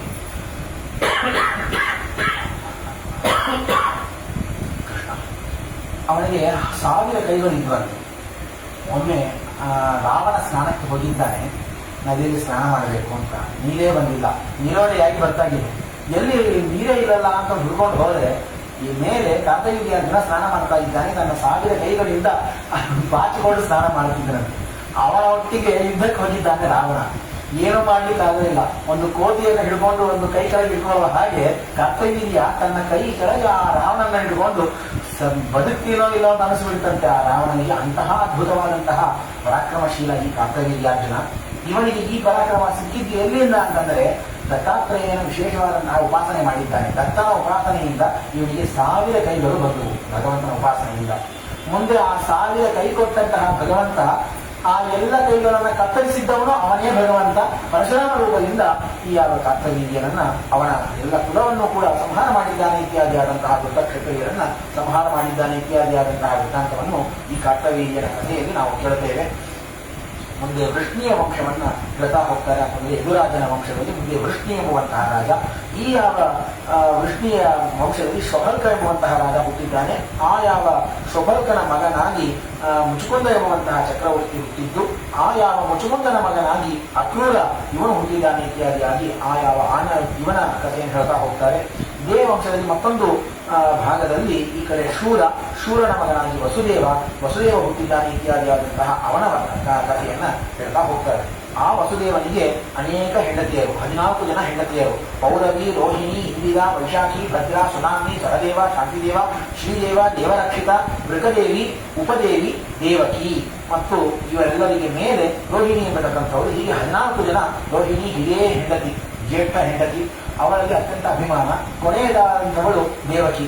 1, 14 ಇವರಿಬ್ಬರಲ್ಲಿ ಬಹಳಷ್ಟು ಅಭಿಮಾನವನ್ನು ಮಾಡಿದಂಥವ ವಸುದೇವ. ಉಳಿದವರನ್ನೆಲ್ಲ ಸರಿಯಾಗಿ ಅಕ್ಕಿ ಮೇಲೆ ಹಾಕೊಂಡಿಲ್ಲ ಅನ್ನೋದಕ್ಕೆ ಯಾವ ಪೌಂಡ್ರಕ ವಾಸುದೇವ, ಶ್ರೀಗಾಲ ವಾಸುದೇವ ಎಲ್ಲ ಕೃಷ್ಣನಿಗೆ ತಮ್ಮಂಗೆ ಆಗಬೇಕು, ಸೌತಿಯ ಮಕ್ಕಳು. ಅವರೆಲ್ಲರೂ ಕೂಡ ತನ್ನ ವಸುದೇವ, ತನ್ನ ತಾಯಿ ತಂದೆಯಾದಂತಹ ವಸುದೇವ ತನ್ನ ತಾಯಿಯನ್ನು ಸರಿಯಾಗಿ ನೋಡ್ಕೊಂಡಿಲ್ಲ, ಈ ಒಂದು ಕೋಪ. ಅದಕ್ಕೆ ಕಾರಣ ಆದವನು ಕೃಷ್ಣ ಅನ್ನೋದಕ್ಕಾಗಿ ಇವರೆಲ್ಲರೂ ಕೂಡ ಕೃಷ್ಣನಲ್ಲಿ ದ್ವೇಷವನ್ನ ತೋರಿಸಿದರು ಎನ್ನುವಂತಹ ಕಥೆಯನ್ನ ಎಲ್ಲ ಕೇಳುತ್ತೇವೆ. ಅಂತೂ ಆ ವಸುದೇವನಿಂದ ದೇವಕಿಯಲ್ಲಿ ಸಾಕ್ಷಾತ್ ಪರಮಾತ್ಮ ಅವತಾರ ಮಾಡಿದ್ದಾನೆ, ಶ್ರೀಕೃಷ್ಣನಾಗಿ ಅವತಾರ ಮಾಡಿದ್ದಾರೆ ಇತ್ಯಾದಿಯಾದಂತಹ ವೃತ್ತಾಂತ. ಮುಂದೆ ಆ ಯಾವ ರೋಹಿಣಿಯಲ್ಲಿ ಆ ಯಾವ ಪರಮಾತ್ಮ ಬಲರಾಮನಾಗಿ ಅವನ ವಿಶೇಷವಾದಂತಹ ಆವೇಶದಿಂದ ಬಲರಾಮನಾಗಿ ಆ ಬಲರಾಮ ಸಾಕ್ಷಾತ್ ಶೇಷದೇವರ ಅವತಾರ ಎಂಬುವಂತಹ ಈ ಮಾತನ್ನು ಕೂಡ ಹೇಳ್ತಾ ಹೋಗ್ತೇವೆ. ಈ ಯಾವ ವಂಶಾನ ಕಥನೆಯನ್ನ ಹೇಳ್ತಾಗಿ ಮುಂದೆ ಸುಮಂತಕ ಮಣಿಯ ಕಥೆಯನ್ನ ಸ್ವಲ್ಪ ಅತ್ಯಂತ ಸಂಕ್ಷಿಪ್ತವಾಗಿ ಹೇಳ್ತಾಗಿದ್ದಾರೆ. ಮುಂದೆ ಇದರ ವಿಸ್ತಾರವನ್ನ ಮುಂದಿನ ಪರ್ವದಲ್ಲಿ ಕೇಳೋದಿದ್ದೇವೆ, ಆದ್ದರಿಂದ ಅಲ್ಲಿ ವಿಸ್ತಾರವಾಗಿ ಕೇಳೋಣ ಅಂತ ಹೇಳ್ತಾಗಿ ಸಮಂತಕ ಮಣಿಯ ಕಥೆಯನ್ನ ಹೇಳಿದ ಮೇಲೆ ವೈಶಂಪಾಯನಾಚಾರ್ಯರು ಅತ್ಯಂತ ಸಂಕ್ಷಿಪ್ತವಾಗಿ ವರಾಹಾವತಾರ, ನರಸಿಂಹಾವತಾರ, ಪರಶುರಾಮಾವತಾರ ಹಾಗೂ ಶ್ರೀಕೃಷ್ಣಾಗಿ ಅವತಾರ ಕಥೆಗಳನ್ನು ಹೇಳ್ತಾಗಿ ಪರಶುರಾಮನಿಂದ ಎಷ್ಟೆಷ್ಟು ಜನ ಕ್ಷತ್ರಿಯರು ಅಲ್ಲಿ ನಮ್ಮ ದೇಹವನ್ನು ಬಿಟ್ಟಿದ್ದಾರೆ ಇತ್ಯಾದಿ ಆದಂತಹ ವೃತ್ತಾಂತ 21 ಸತಿ ಪರಶುರಾಮ ದೇವರು ಮಾಡಿದಂತಹ ಆ ಯಾವ ಯಾತ್ರೆ, ಆ ಯಾವ ಭೂಮಂಡಲವನ್ನ ಸಂಪೂರ್ಣವಾಗಿ ಮಾಡಿಕೊಂಡು ಮುಂದೆ ಆ ಪರಶುರಾಮ ದೇವರು ಸಮುದ್ರವನ್ನ ಸ್ವಲ್ಪ ಆ ಕಡೆಗೆ ದೊಬ್ಬಿ ಅಲ್ಲಿ ಹೋಗಿ ಅವರು ತಮ್ಮ ಆಸನವನ್ನ, ತಮ್ಮ ಕ್ಷೇತ್ರವನ್ನ ನಿರ್ಮಾಣ ಮಾಡಿದ್ದಾರೆ. ಇದರಲ್ಲಿ ಇವತ್ತು ಹೇಳ್ತೇವಲ್ಲ, ಗಾಡ್ಸ್ ಓನ್ ಕಂಟ್ರಿ ಅಂತ ಹೇಳಿ. ಹೀಗಾಗಿ ಆ ಪರಶುರಾಮ ಕ್ಷೇತ್ರ ಎಂಬುದಾಗಿ ಅದನ್ನು ಕರೆಯೋದುಂಟು ಕೇರಳ ಕ್ಷೇತ್ರವನ್ನ. ಅದಕ್ಕೆ ಕೇರಳ ಕ್ಷೇತ್ರದಲ್ಲಿ ಅದು ಸಮುದ್ರದಲ್ಲಿ ಸ್ವಲ್ಪ ದಾಟಿ ಅದರಲ್ಲಿ ಹೋಗಿ ಭಗವಂತ ಕೂತಿದ್ದರ ಕಾರಣ ಹಿರಿಯರು ಅನೇಕರು ಹೇಳಿ ಕೇಳಿದ್ದುಂಟು. ಯಾವ ತಿರುವನಂತಪುರ ಮತ್ತು ಜನಾರ್ದನ ಕ್ಷೇತ್ರ, ಕೆಲವೊಂದು ಕ್ಷೇತ್ರವನ್ನು ಮಾತ್ರ ನಾವು ಹೋಗಬೇಕು, ಎಲ್ಲ ಕಡೆಗೆ ಅಲ್ಲಿ ನಾವು ಸಂಚಾರ ಮಾಡುವಂತಿಲ್ಲ ಇತ್ಯಾದಿ ಆದಂತಹ ಕಥೆಗಳನ್ನು ಕೇಳ್ತೇವೆ. ಇದಾದ ಮೇಲೆ ಅನೇಕ ಅವತಾರ ಕಥೆಗಳನ್ನೆಲ್ಲ ಹೇಳಿ ದೇವತೆಗಳು, ದೈತ್ಯರು ಇವರಲ್ಲಿ ಆದಂತಹ ಯುದ್ಧದ ಸಂದರ್ಭ, ಆ ಕಾಲದಲ್ಲಿ ನಹುಷರಾದ ಹೋಗಿ ಉಪಕಾರ ಮಾಡಲಿಕ್ಕೆ ಹೋಗಿದ್ದು, ಮುಂದೆ ಆ ನಹುಷ ಶಚಿದೇವಿಯ ಪತಿ ಆಗಬೇಕು ಅಂತ ಅಪೇಕ್ಷೆ ಪಟ್ಟದ್ದು, ಮುಂದೆ ಅವನು ಅಜಗರನಾಗಿ ಬಿದ್ದದ್ದು, ಆ ವೃತ್ತಾಂತಗಳನ್ನು ಕೂಡ ಹೇಳ್ತಾ ಹೋಗ್ತಾರೆ. ಇದಾದ ಮೇಲೆ ಅಗ್ನಿಯ ಉತ್ಪತ್ತಿಯನ್ನ ದೇವಾಸುರ ಸಂಗ್ರಾಮ ಮತ್ತು ಔರ್ವ, ಅಗ್ನಿ ಇವರ ಉತ್ಪತ್ತಿ, ಔರ್ವ ಎಂಬುವಂತಹ ಋಷಿಗಳ ಉತ್ಪತ್ತಿ, ದೇವತೆಗಳಲ್ಲಿ ಶ್ರೇಷ್ಠರಾದಂತಹ ಅಗ್ನಿದೇವರು ಇವರ ಉತ್ಪತ್ತಿಯನ್ನು ಕೂಡ ಹೇಳ್ತಾ ಹೋಗ್ತಾರೆ. ಊರ್ವ ಋಷಿಗಳಲ್ಲಿ ಔರ್ವ ಎಂಬುವಂತಹ ಋಷಿಗಳು ಮತ್ತು ಅಗ್ನಿದೇವರು ಇವರಿಬ್ಬರು ಕೂಡ ಹುಟ್ಟಿದ್ದಾರೆ ಇತ್ಯಾದಿಯಾದಂತಹ ವೃತ್ತಾಂತಗಳನ್ನು ಹೇಳ್ತಾಗಿ, ಇದಾದ ಮೇಲೆ ಆ ಕಾಲನೇಮಿಯ ವಧದ ನಮ್ಮ ಅದ್ಭುತವಾದಂತಹ ವೃತ್ತಾಂತ ಇದನ್ನು ಹೇಳಿ ನಾನು ಮುಕ್ತಾಯ ಮಾಡ್ತೇನೆ. ಭಗವಂತ ಕಾಲನೇಮಿಯನ್ನ ಪಂಚಕಂ ನಾಭ್ಯವರ್ತಂತ ವಿಪರೀತೇನ ಕರ್ಮಣ ವೇದೋ ಧರ್ಮ ಕ್ಷಮಾ ಸತ್ಯಂ ಶ್ರೇಷ್ಠ ನಾರಾಯಣಾಶ್ರಯ. ಭಗವಂತನಿಗೆ ಅತ್ಯಂತ ಪ್ರಿಯಕರವಾದಂತಹ ಧರ್ಮಗಳು, ಧರ್ಮ ಅಂತಂದ್ರೆ ಅವನಿಗೆ ಅತ್ಯಂತ ಪ್ರೀತಿ, ಅದರಲ್ಲಿಯೂ ಶ್ರೇಷ್ಠವಾದಂತಹದ್ದು ವೇದಗಳು. ಆ ವೇದೋಕ್ತವಾದಂತಹ ಧರ್ಮಾನುಷ್ಠಾನ, ಯಾರಾದರೂ ತಪ್ಪು ಮಾಡಿದಾಗ ಅವರಲ್ಲಿ ನಾವು ತೋರುವಂತಹ ಕ್ಷಮೆ, ಯಾವಾಗಲೂ ಸತ್ಯಶೀಲತೆ, ಏನಾದರೂ ಸತ್ಯವನ್ನ ಮಾತನಾಡಬೇಕು, ಸುಳ್ಳನ್ನು ಹೇಳಬಾರದು. ಇದೆಲ್ಲ ಏನಿದೆ ಭಗವಂತನಿಗೆ ಅತ್ಯಂತ ಪ್ರಿಯಕರವಾದಂತಹ ಧರ್ಮಗಳು. ವೇದಗಳನ್ನು ಅಧ್ಯಯನ ಮಾಡೋದು, ವೇದಾಂತಗಳನ್ನು ಅಧ್ಯಯನವನ್ನು ಮಾಡ್ತಾ ಹೋಗುವುದು, ವೇದದ ಆವೃತ್ತಿಯನ್ನು ಮಾಡುವುದು ಅತ್ಯಂತ ಬಹಳ ಶ್ರೇಷ್ಠವಾದಂತಹ ಧರ್ಮ, ಭಗವಂತನಿಗೆ ಇಷ್ಟವಾದಂತಹದ್ದು. ವೇದಾಂತಗಳನ್ನು ಅನುಸಂಧಾನ ಮಾಡುವುದು ಇದು ಭಗವಂತನಿಗೆ ಅತ್ಯಂತ ಇಷ್ಟವಾದದ್ದು. ವೇದೋಕ್ತವಾದಂತಹ ಧರ್ಮಗಳನ್ನು ಅನುಷ್ಠಾನ ಮಾಡ್ತಾಗಿ ವೇದ ವಿರುದ್ಧವಾದಂತಹ ಅಂತಂದ್ರೆ ವೇದಗಳು ಯಾವುದನ್ನು ಮಾಡಬಾರದು ಅಂತ ಹೇಳಿವೆ ಅದನ್ನು ಕೈ ಬಿಡುವುದೇನಿದೆ ಇದು ಕೂಡ ಅತ್ಯಂತ ಭಗವಂತನಿಗೆ ತೃಪ್ತಿಕರವಾದಂತಹ ಧರ್ಮ. ಇದರ ಜೊತೆಗೆ ಸಮಾಧಾನವಾದಂತಹ ಚಿತ್ತದಿಂದ ಎಲ್ಲವನ್ನು ದ್ವಂದ್ವ ಸಹನ ಅಂತ ಹೇಳೋದುಂಟು. ಸುಖವಾಗಬಹುದು, ದುಃಖವಾಗಬಹುದು, ಮಳೆಯಾಗಬಹುದು, ಬಿಸಿಲಾಗಬಹುದು, ಶೀತವಾಗಬಹುದು, ಗಾಳಿಯಾಗಬಹುದು, ಎಲ್ಲವನ್ನು ಏಕರೀತಿಯಾಗಿ ನೋಡಬೇಕಾಗ್ತದೆ. ಛಂದೋಗ್ಯ ಉಪನಿಷತ್ತಿನಲ್ಲಿ ಒಂದು ಮಾತನ್ನು ನಾವು ಕೇಳ್ತೇವೆ. ಬಿಸಿಲಾದಾಗ ಬಹಳ ಬಿಸಿಲು, ಅಂದ್ರೆ ಕರೀಲಿಕ್ಕಾಗ್ತಾ ಇಲ್ಲ, ಏನು ಬಿಸಿಲಪ್ಪ ಇದು ಅಂತ ಹೇಳಿ ಬಿಸಿಲನ್ನು ಬರೆಯೋದು. ಬಹಳ ಮಳೆ ಆದರೆ ಏನು ಮಳೆ ಇದು, ಇವತ್ತು ನಾವು ಆಫೀಸ್ಗೆ ಹೋಗಬೇಕಾಗಿತ್ತು, ಕೋರ್ಟಿಗೆ ಹೋಗಬೇಕಾಗಿತ್ತು, ಆ ವ್ಯವಹಾರ ಮಾಡಬೇಕಾಗಿತ್ತು, ಆಧಾರ್ ಕಾರ್ಡ್ನಲ್ಲಿ ಫೋಟೋ ಚೇಂಜ್ ಮಾಡಬೇಕಾಗಿತ್ತು, ಹೋಗ್ಲಿಕ್ಕಾಗಲಿಲ್ಲ, ಕೆಲಸಕ್ಕೆ ಹೋಯ್ತು ಅಂತ ಮಳೆಯನ್ನು ಬರೆಯೋದು. ಬಹಳ ಚಳಿ ಆದ್ರೆ ಹಬ್ಬ ಮದ್ರಾಸಲ್ಲಿ ಚಳಿ ಬಂತು ಅಂತ ಸಂತೋಷ ಬರದೆ ಏನ್ ಚಳಿ ಇದು, ಬಿಸಿಲಿದ್ದರೆ ಚೆನ್ನಾಗಿರ್ತಿತ್ತು ಅಂತ ಚಳಿಯನ್ನು ಬೈಯೋದು. ದೇವರು ಕೇಳ್ತಾರೆ, ಬಿಸಿಲು ಕೊಟ್ಟರು ಬೈತೀನಿ, ಚಳಿ ಕೊಟ್ಟರು ಬೈತೀನಿ, ಮಳೆ ಕೊಟ್ಟರು ಬೈತೀನಿ, ಗಾಳಿ ಕೊಟ್ಟರು ಬೈತೀನಿ, ನೀವು ಏನಾದ್ರಪ್ಪ ಬರಬೇಕು ಅಂತ. ಛಂದೋಗ್ಯೋಪನಿಷತ್ತಿನಲ್ಲಿ ಈ ಮಾತನ್ನು ಹೇಳ್ತಾರೆ. ದೇವರ ಆಜ್ಞಾ ಇದು, ಆಯಾ ಕಾಲದಲ್ಲಿ ಋತುಕಾಲದಲ್ಲಿ ತಾನು ಏನೇನು ಪದಾರ್ಥಗಳನ್ನು ಆಯಾ ಒಂದು ವಾತಾವರಣವನ್ನು ಭಗವಂತ ಸೃಷ್ಟಿ ಮಾಡ್ತಾನೆ ಅವೆಲ್ಲವೂ ಭಗವಂತನ ಆಜ್ಞಾರೂಪ. ಎಲ್ಲವನ್ನು ಸಹನ ಮಾಡಬೇಕು, ತಡೆದುಕೊಳ್ಳಬೇಕು. ಎಂತಹ ಋಷಿವರೇಣ್ಯರು ಪಂಚಾಗ್ನಿ ತಪಸ್ಸು ಅಂತ ಮಾಡ್ತಾರೆ. ನಮ್ಮ 4 ದಿಕ್ಕಿನಲ್ಲಿ ಅಗ್ನಿಯನ್ನ ಬೆಂಕಿಯನ್ನು ಹಾಕಿ ಮೇಲೆ ಸೂರ್ಯನ ತಾಪ, 4 ದಿಕ್ಕಿನಲ್ಲಿ ಅಗ್ನಿಯ ತಾಪ, ಮಧ್ಯದಲ್ಲಿ ಕುಳಿತುಕೊಂಡು ಧ್ಯಾನವನ್ನು ಮಾಡುವಂತೆ ಋಷಿಗಳು. ಹೀಗೆ ತಪಸ್ಸನ್ನು ಮಾಡ್ತಿದ್ದಾರಂತೆ ದೇವರನ್ನು ನೋಡಬೇಕು ಅಂತ. ಕೆಲವು ಋಷಿಗಳು ಸಮುದ್ರದಲ್ಲಿ ತಲೆ ಕೆಳಗೆ ನಿಂತುಕೊಂಡು ತಪಸ್ಸನ್ನು ಮಾಡ್ತಾರೆ, ನದಿಗಳಲ್ಲಿ ಕುಳಿತುಕೊಂಡು ತಪಸ್ಸನ್ನು ಮಾಡ್ತಾರೆ. ನಾನಾ ವಿಧವಾದಂಥ ರೀತಿಯಲ್ಲಿ ಮಹಾ ತಪಸ್ಸುಗಳಿರ್ತಾರೆ. ನಾವು ಒಂದು 10 ನಿಮಿಷ 5 ನಿಮಿಷ ಅಷ್ಟಾಕ್ಷರ ಜಪವನ್ನು ಮಾಡಿಕೊಂಡು ಆ ಅಷ್ಟಾಕ್ಷರ ಜಪ ಮಾಡುವಾಗಲೂ ಕೂಡ ಯಾರು ಬರ್ತಿದ್ದಾರೆ, ಯಾರ ಜೊತೆ ಮಾತಾಡ್ತಾ ಇದ್ದಾರೆ, ಅಲ್ಲಿ ಏನು ಶಬ್ದ ಬರ್ತಾ ಇದ್ದಾರೆ, ಇಲ್ಲೇನು ಅಡಿಗೆ ಏನು ಮಾಡ್ತಾ ಇದ್ದೀರಿ, ಯಾವಾಗ ನೈವೇದ್ಯ ತಗೊಂಡು ಕೊಡ್ತೀವಿ, ಇಷ್ಟು ಮಾತುಗಳನ್ನು ತಿಳ್ಕೊಂಡು ಮಾಡುವ ಒಂದು 108 ಜಪದಲ್ಲಿ ನಾನು ಮಹಾ ತಪಸ್ವಿ, ನಾನು ಮಹಾ ಧನ್ಯ, ಹಾಗೆ ಹೀಗೆ ನನಗೆ ಸಮಾನರಾಗಿ ಯಾರಿದ್ದಾರೆ. ಇಂತಹ ಅನ್ಯಾಯ ಇದು. ಮಹಾಜ್ಞಾನಿಗಳು ತಪಸ್ವಿಗಳು ಶಬ್ದವೇ ಇಲ್ಲ. ಈ ಕಥೆಗಳಲ್ಲಿ ಇತಿಹಾಸಗಳಲ್ಲಿ ಅವರವರು ಮಾಡುವಂತಹ ಸಾಧನೆಯನ್ನು ಕೇಳಿದಾಗ ನಾವು ನಮಗೂ ಗೊತ್ತಿದೆಯಲ್ಲ, ನಮ್ಮ ಯೋಗ್ಯತೆ ನಮಗೂ ಗೊತ್ತಿದೆಯಲ್ಲ, ಇದೆಲ್ಲ ನೋಡ್ತಾ ಹೋಗುವಾಗ ಎಂತೆಂತಹ ಜ್ಞಾನಿಗಳು ಎಷ್ಟು ರೀತಿಯಾಗಿ ತಪಸ್ಸನ್ನು ಮಾಡಿದ್ದಾರೆ, ಎಷ್ಟು ರೀತಿಯಾಗಿ ಸಾಧನ ಸಂಪನ್ನರಾಗಿದ್ದಾರೆ. ನಾವು ಏನೂ ಇಲ್ಲ ಅವರ ಎದುರಿಗೆ, ನಾವು ಧೂಳು ಅಲ್ಲ ನಾವೆಲ್ಲ ಅವರಿಗೆ. ಎಷ್ಟು ಕೆಳಗಿದ್ದೀವಿ, ಅವರು ಎಷ್ಟು ಮೇಲಿದ್ದಾರೆ. ಇಷ್ಟನ್ನ ಮಾಡಿದ್ರು ಅವರು ತೋರಿಸುವಂತಹ ವಿನಯ ಎಷ್ಟಿದೆ. ದೇವರ ಎದುರಿಗೆ ಕೈ ಜೋಡಿಸ್ಕೊಂಡು ನಾನು ಏನೂ ಅಲ್ಲ ಅಂತ ಕೈ ಜೋಡಿಸ್ಕೊಂಡು ನಿಂತಿರ್ತಾರೆ. ನಾವೆಲ್ಲ ಏನೂ ಇಲ್ಲದಂತೆ ನಮಗೆ ಎಷ್ಟು ಅಹಂಕಾರ, ಎಷ್ಟು ದರ್ಪ, ಎಷ್ಟು ಮಮಕಾರ ಅಂತ ಹೇಳಿ ಈ ವಿಧವಾಗಿ ಈ ಧರ್ಮಗಳು ಭಗವಂತನಿಗೆ ಅತ್ಯಂತ ಪ್ರಿಯವಾದಂಥದ್ದು. ಆದರೆ ಇದಕ್ಕೆ ವಿರುದ್ಧವಾಗಿ ದೈತ್ಯರು ಇದು ಯಾವುದನ್ನು ಅವರು ಕೈಯಲ್ಲಿ ಹಿಡಿಯೋದೇ ಇಲ್ಲ. ಇದಕ್ಕೆ ಹಾಗೆ ವೈಪರೀತ್ಯ ಇರ್ತಕ್ಕಂಥವರು ದೈತ್ಯರು. ಹೀಗಾಗಿ ಅಯಂಸ ಏಕ ಅಸ್ಮಾಕಂ ಪೂರ್ವೇಶಾಂ ದಾನವರ್ಷಿಣ ಅರ್ಣವ ಆಸಿನಶ್ಚೈವ ಮಧೋರ್ವೈ ಕೈಟಭಸ್ಯ ಚ. ಆ ಕಲನೇಮಿ ಬಂದು ಹೇಳ್ತಾನೆ, ಈ ನಮಗೆಲ್ಲ ಅತ್ಯಂತ ಉಪಕಾರಿಯಾದಂತಹ ಆ ಯಾವ ಮಧು ಹಾಗೂ ಕೈಟಭ ಇವರಿಬ್ಬರನ್ನು ಕೊಂದವನು ಇವನು. ತನ್ನ ಮಕ್ಕಳನ್ನೇ ಕೊಂದಿದ್ದಾನೆ. ಮಧು ಕೈಟಭರು ಹುಟ್ಟಿದ್ದು ಭಗವಂತನ ಕಿವಿಯಿಂದ. ಆ ಕಿವಿಯಲ್ಲಿದ್ದಂತಹ ಒಂದು ಜಿಡ್ಡಿನಿಂದ ಹುಟ್ಟಿದವರು ಮಧು ಕೈಟಭರು. ಅವರನ್ನು ಸಂಹಾರ ಮಾಡಿಬಿಟ್ಟ. ಇವನಿಗೆ ದೇವತೆಗಳು ಅಂದರೆ ಬಹಳ ಬೇಕಾದವರು, ದೈತ್ಯರು ಅಂದರೆ ಅತ್ಯಂತ ದ್ವೇಷ ಇವನಿಗೆ. ಇವನನ್ನೇ ನಾವು ಕೊಲ್ಲಬೇಕು ಅಂತ ಹೇಳಿ ಇವನು ಹೊರಟಿದ್ದಾನೆ. ಅಯಂಸ ವಿಷ್ಣು ದೇವಾನ ವೈಕುಂಠಶ್ಚ ನಿಯೋಗತ ಅನಂತೋ ಭೋಗಿನಾಮಪ್ಸು ಸ್ವಯಂಭೂಶ್ಚ ಸ್ವಯಂಭುವ. ಯಾವಾಗಲೂ ಸುಖವಾಗಿರ್ತಾನೆ, ಸಮುದ್ರದಲ್ಲಿ ಮಲ್ಕೊಂಡಿರ್ತಾನೆ. ಮಲ್ಕೊಂಡ ಹಾಗೆ ಎಲ್ಲ ದೇವತೆಗಳಿಗೆ ಎಲ್ಲವಾಗೂ ಯಾವಾಗಲೂ ಸಹಾಯ ಮಾಡ್ತಿರ್ತಾನೆ. ನಮ್ಮನ್ನು ಯಾವಾಗ ಕೊಲ್ಲಬೇಕು, ಹೇಗೆ ಕೊಲ್ಲಬೇಕು ಇದನ್ನೇ ಚಿಂತನೆ ಮಾಡ್ತಿರ್ತಾನೆ. ಶೇಷಶಾಹಿಯಾದಂತಹ ಇವನು ಸುಮ್ಮನೆ ಮಾಡ್ಕೊಂಡು ಕಣ್ಣು ಮುಚ್ಕೊಂಡು ನಿದ್ದೆ ಮಾಡಬಾರ್ದೆ, ಹಾಗೆ ಇರೋದೇ ಇಲ್ಲ. ದೇವತೆಗಳಿಗೆ ಏನು ಹೇಳ್ಕೊಡೋಣ, ಏನು ಅವರಿಗೆ ಪರಾಕ್ರಮವನ್ನು ತೋರಿಸಿಕೊಡೋಣ, ಅವ್ರಿಗೆ ಎಷ್ಟು ಬಲವನ್ನು ಕೊಡೋಣ, ಎಷ್ಟು ಪ್ರೇರಣೆ ಮಾಡೋಣ, ದೈತ್ಯರನ್ನು ಹ್ಯಾಕೆ ಕೊಲ್ಲೋಣ, ನಮ್ಮನ್ನು ಹ್ಯಾಕೆ ಹೊಡೆಯೋಣ ಬಡಿಯೋಣ, ಇದೇ ಚಿಂತೆ ಇವನಿಗೆ. ಇವನನ್ನು ಮೊದಲು ಕೊಲ್ಲೇಬೇಕು ಅಂತ ಹೇಳಿ ಈ ಕಾರಣವನ್ನು ಹೊಂದಿದ್ದಾನೆ. ನಾನಾ ವಿಧವಾದಂತಹ ರೀತಿಯಿಂದ ಯಾವ ಯುದ್ಧವನ್ನು ಮಾಡಲಿಕ್ಕೆ ಹೊರಟಿದ್ದಾನೆ. ಸೂರ್ಯಸ್ಯ ರಶ್ಮಿತುಲ್ಯಾಭ ಸಹಸ್ರಮಗೆ ಸಹಸ್ರಾರಂ ಅರಿಕ್ಷಯಂ ದೀಪ್ತಾಗ್ನಿ ಸದೃಶಂ ಘೋರಂ ದರ್ಶನೀಯಂ ಸುದರ್ಶನಂ. ಇಂತಹ ಅದ್ಭುತವಾದಂತಹ ಸುದರ್ಶನ ಚಕ್ರದಿಂದ ನಾನಾ ವಿಧವಾದ ಬಾಣಗಳನ್ನೆಲ್ಲ ಹಾಕ್ತಾಗಿದ್ದಾನೆ.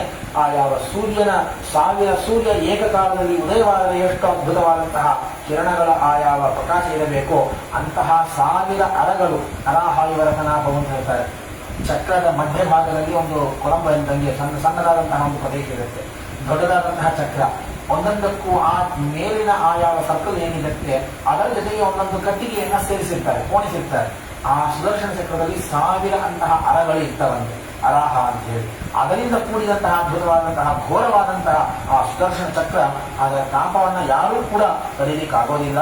ಅಂತಹ ಆ ಚಕ್ರದಿಂದ ವಕ್ರ ಶತಂ ಘೋರಂ 100 ತಲೆಗಳನ್ನ ಭಗವಂತ ಏಕಕಾಲದಲ್ಲಿ ಆ ಸುದರ್ಶನ ಚಕ್ರದಿಂದ ಸಂಹಾರ ಮಾಡ್ತಾಗಿ ಆ ಕಾಲನೇಮಿಯನ್ನ ಸಂಹಾರ ಮಾಡಿದ್ದಾನೆ. ಇತ್ಯಾದಿಯಾದಂತಹ ಆ ಕಾಲನೇಮಿಯ ಸಂಹಾರ ಮಾಡಿದಂತಹ ವೃತ್ತಾಂತ ಬ್ರಹ್ಮದೇವರು ವಿಶೇಷವಾಗಿ ಸ್ತೋತ್ರವನ್ನು ಮಾಡಿ ಆ ಬ್ರಹ್ಮದೇವರು ತಮ್ಮ ಲೋಕಕ್ಕೆ ಕರೆದುಕೊಂಡು ಹೋಗಿ ಭಗವಂತನನ್ನ ವಿಶೇಷವಾದಂತಹ ಪಾದ್ಯ ಅಧ್ಯಾದಿಗಳನ್ನು ಕೊಟ್ಟು ಭಗವಂತನನ್ನ ವಿಶೇಷವಾಗಿ ಸ್ತೋತ್ರ ಮಾಡಿದಂತಹ ವೃತ್ತಾಂತ. ಆ ಮೇರು ಪರ್ವತದಲ್ಲಿ ದಿವ್ಯವಾದಂತಹ ಸಭೆ, ಆ ಸಭೆಯಲ್ಲಿ ಭಗವಂತ ಕುಳಿತಿದ್ದಾನೆ. ದೇವತೆಗಳೆಲ್ಲ ವಿಶೇಷವಾಗಿ ಪ್ರಾರ್ಥನೆ ಮಾಡ್ತಾರೆ. ಭೂಮಿಯಲ್ಲಿ ಅತ್ಯಂತ ಭಾರ ಹೆಚ್ಚಾಗಿ ಹೋಗಿದೆ, ಭಗವಂತ ಇನ್ನೂ ಅವತಾರ ಮಾಡಬೇಕು ಅಂತ ಬ್ರಹ್ಮದೇವರು ಸ್ತೋತ್ರವನ್ನು ಮಾಡಿದ್ದಾರೆ. ಅದರ ಯಾವ ಕೃಪಾನುಸಾರವಾಗಿ ಅವರ ಪ್ರಾರ್ಥನಾನುಸಾರವಾಗಿ ಭಗವಂತ ಅಲ್ಲಿಂದ ಕೆಳಗೆ ಇಳಿದು ಬಂದಿದ್ದಾನೆ. ಮೇರು ಪರ್ವತದಿಂದ ಕೆಳಗೆ ಇಳಿದು ಬಂದು ಶ್ರೀಕೃಷ್ಣ ಪರಮಾತ್ಮನಾಗಿ ಅವತಾರ ಮಾಡಿದ್ದಾನೆ. ಇತ್ಯಾದಿಯಾದಂತಹ ಈ ವೃತ್ತಾಂತವನ್ನು ಹೇಳದಾಗಿ ಇಲ್ಲಿಗೆ ಹರಿವಂಶ ಪರ್ವ ಮುಗಿಯಿತು. ಇನ್ನು ವಿಷ್ಣು ಪರ್ವ ಅದಾದ ಮೇಲೆ ಭವಿಷ್ಯ ಪರ್ವ ಭಗವಂತನೇ ಘಟಿಸಬೇಕು ಅಂತ ಪ್ರಾರ್ಥನೆ ಮಾಡ್ತಾಗಿ ಮುಗೀತು ಅಂತಂದರೆ ಮುಗಿಸಿದ್ದೇನೆ, ಮಾಸ್ತಿಗಾಗಿ ಅದು ಮುಗಲಿಲ್ಲ, ಏನಿಲ್ಲ, ಮುಗಿಸುವಂತಹ ಪ್ರಯತ್ನ. ನಾಳೆ ದಿವಸ ವಿಷ್ಣು ಪರ್ವವನ್ನು ಮುಗಿಯೋಣ ಅಂತ ಹೇಳಿ ಯಥಾಭಿಪ್ರಾಯ.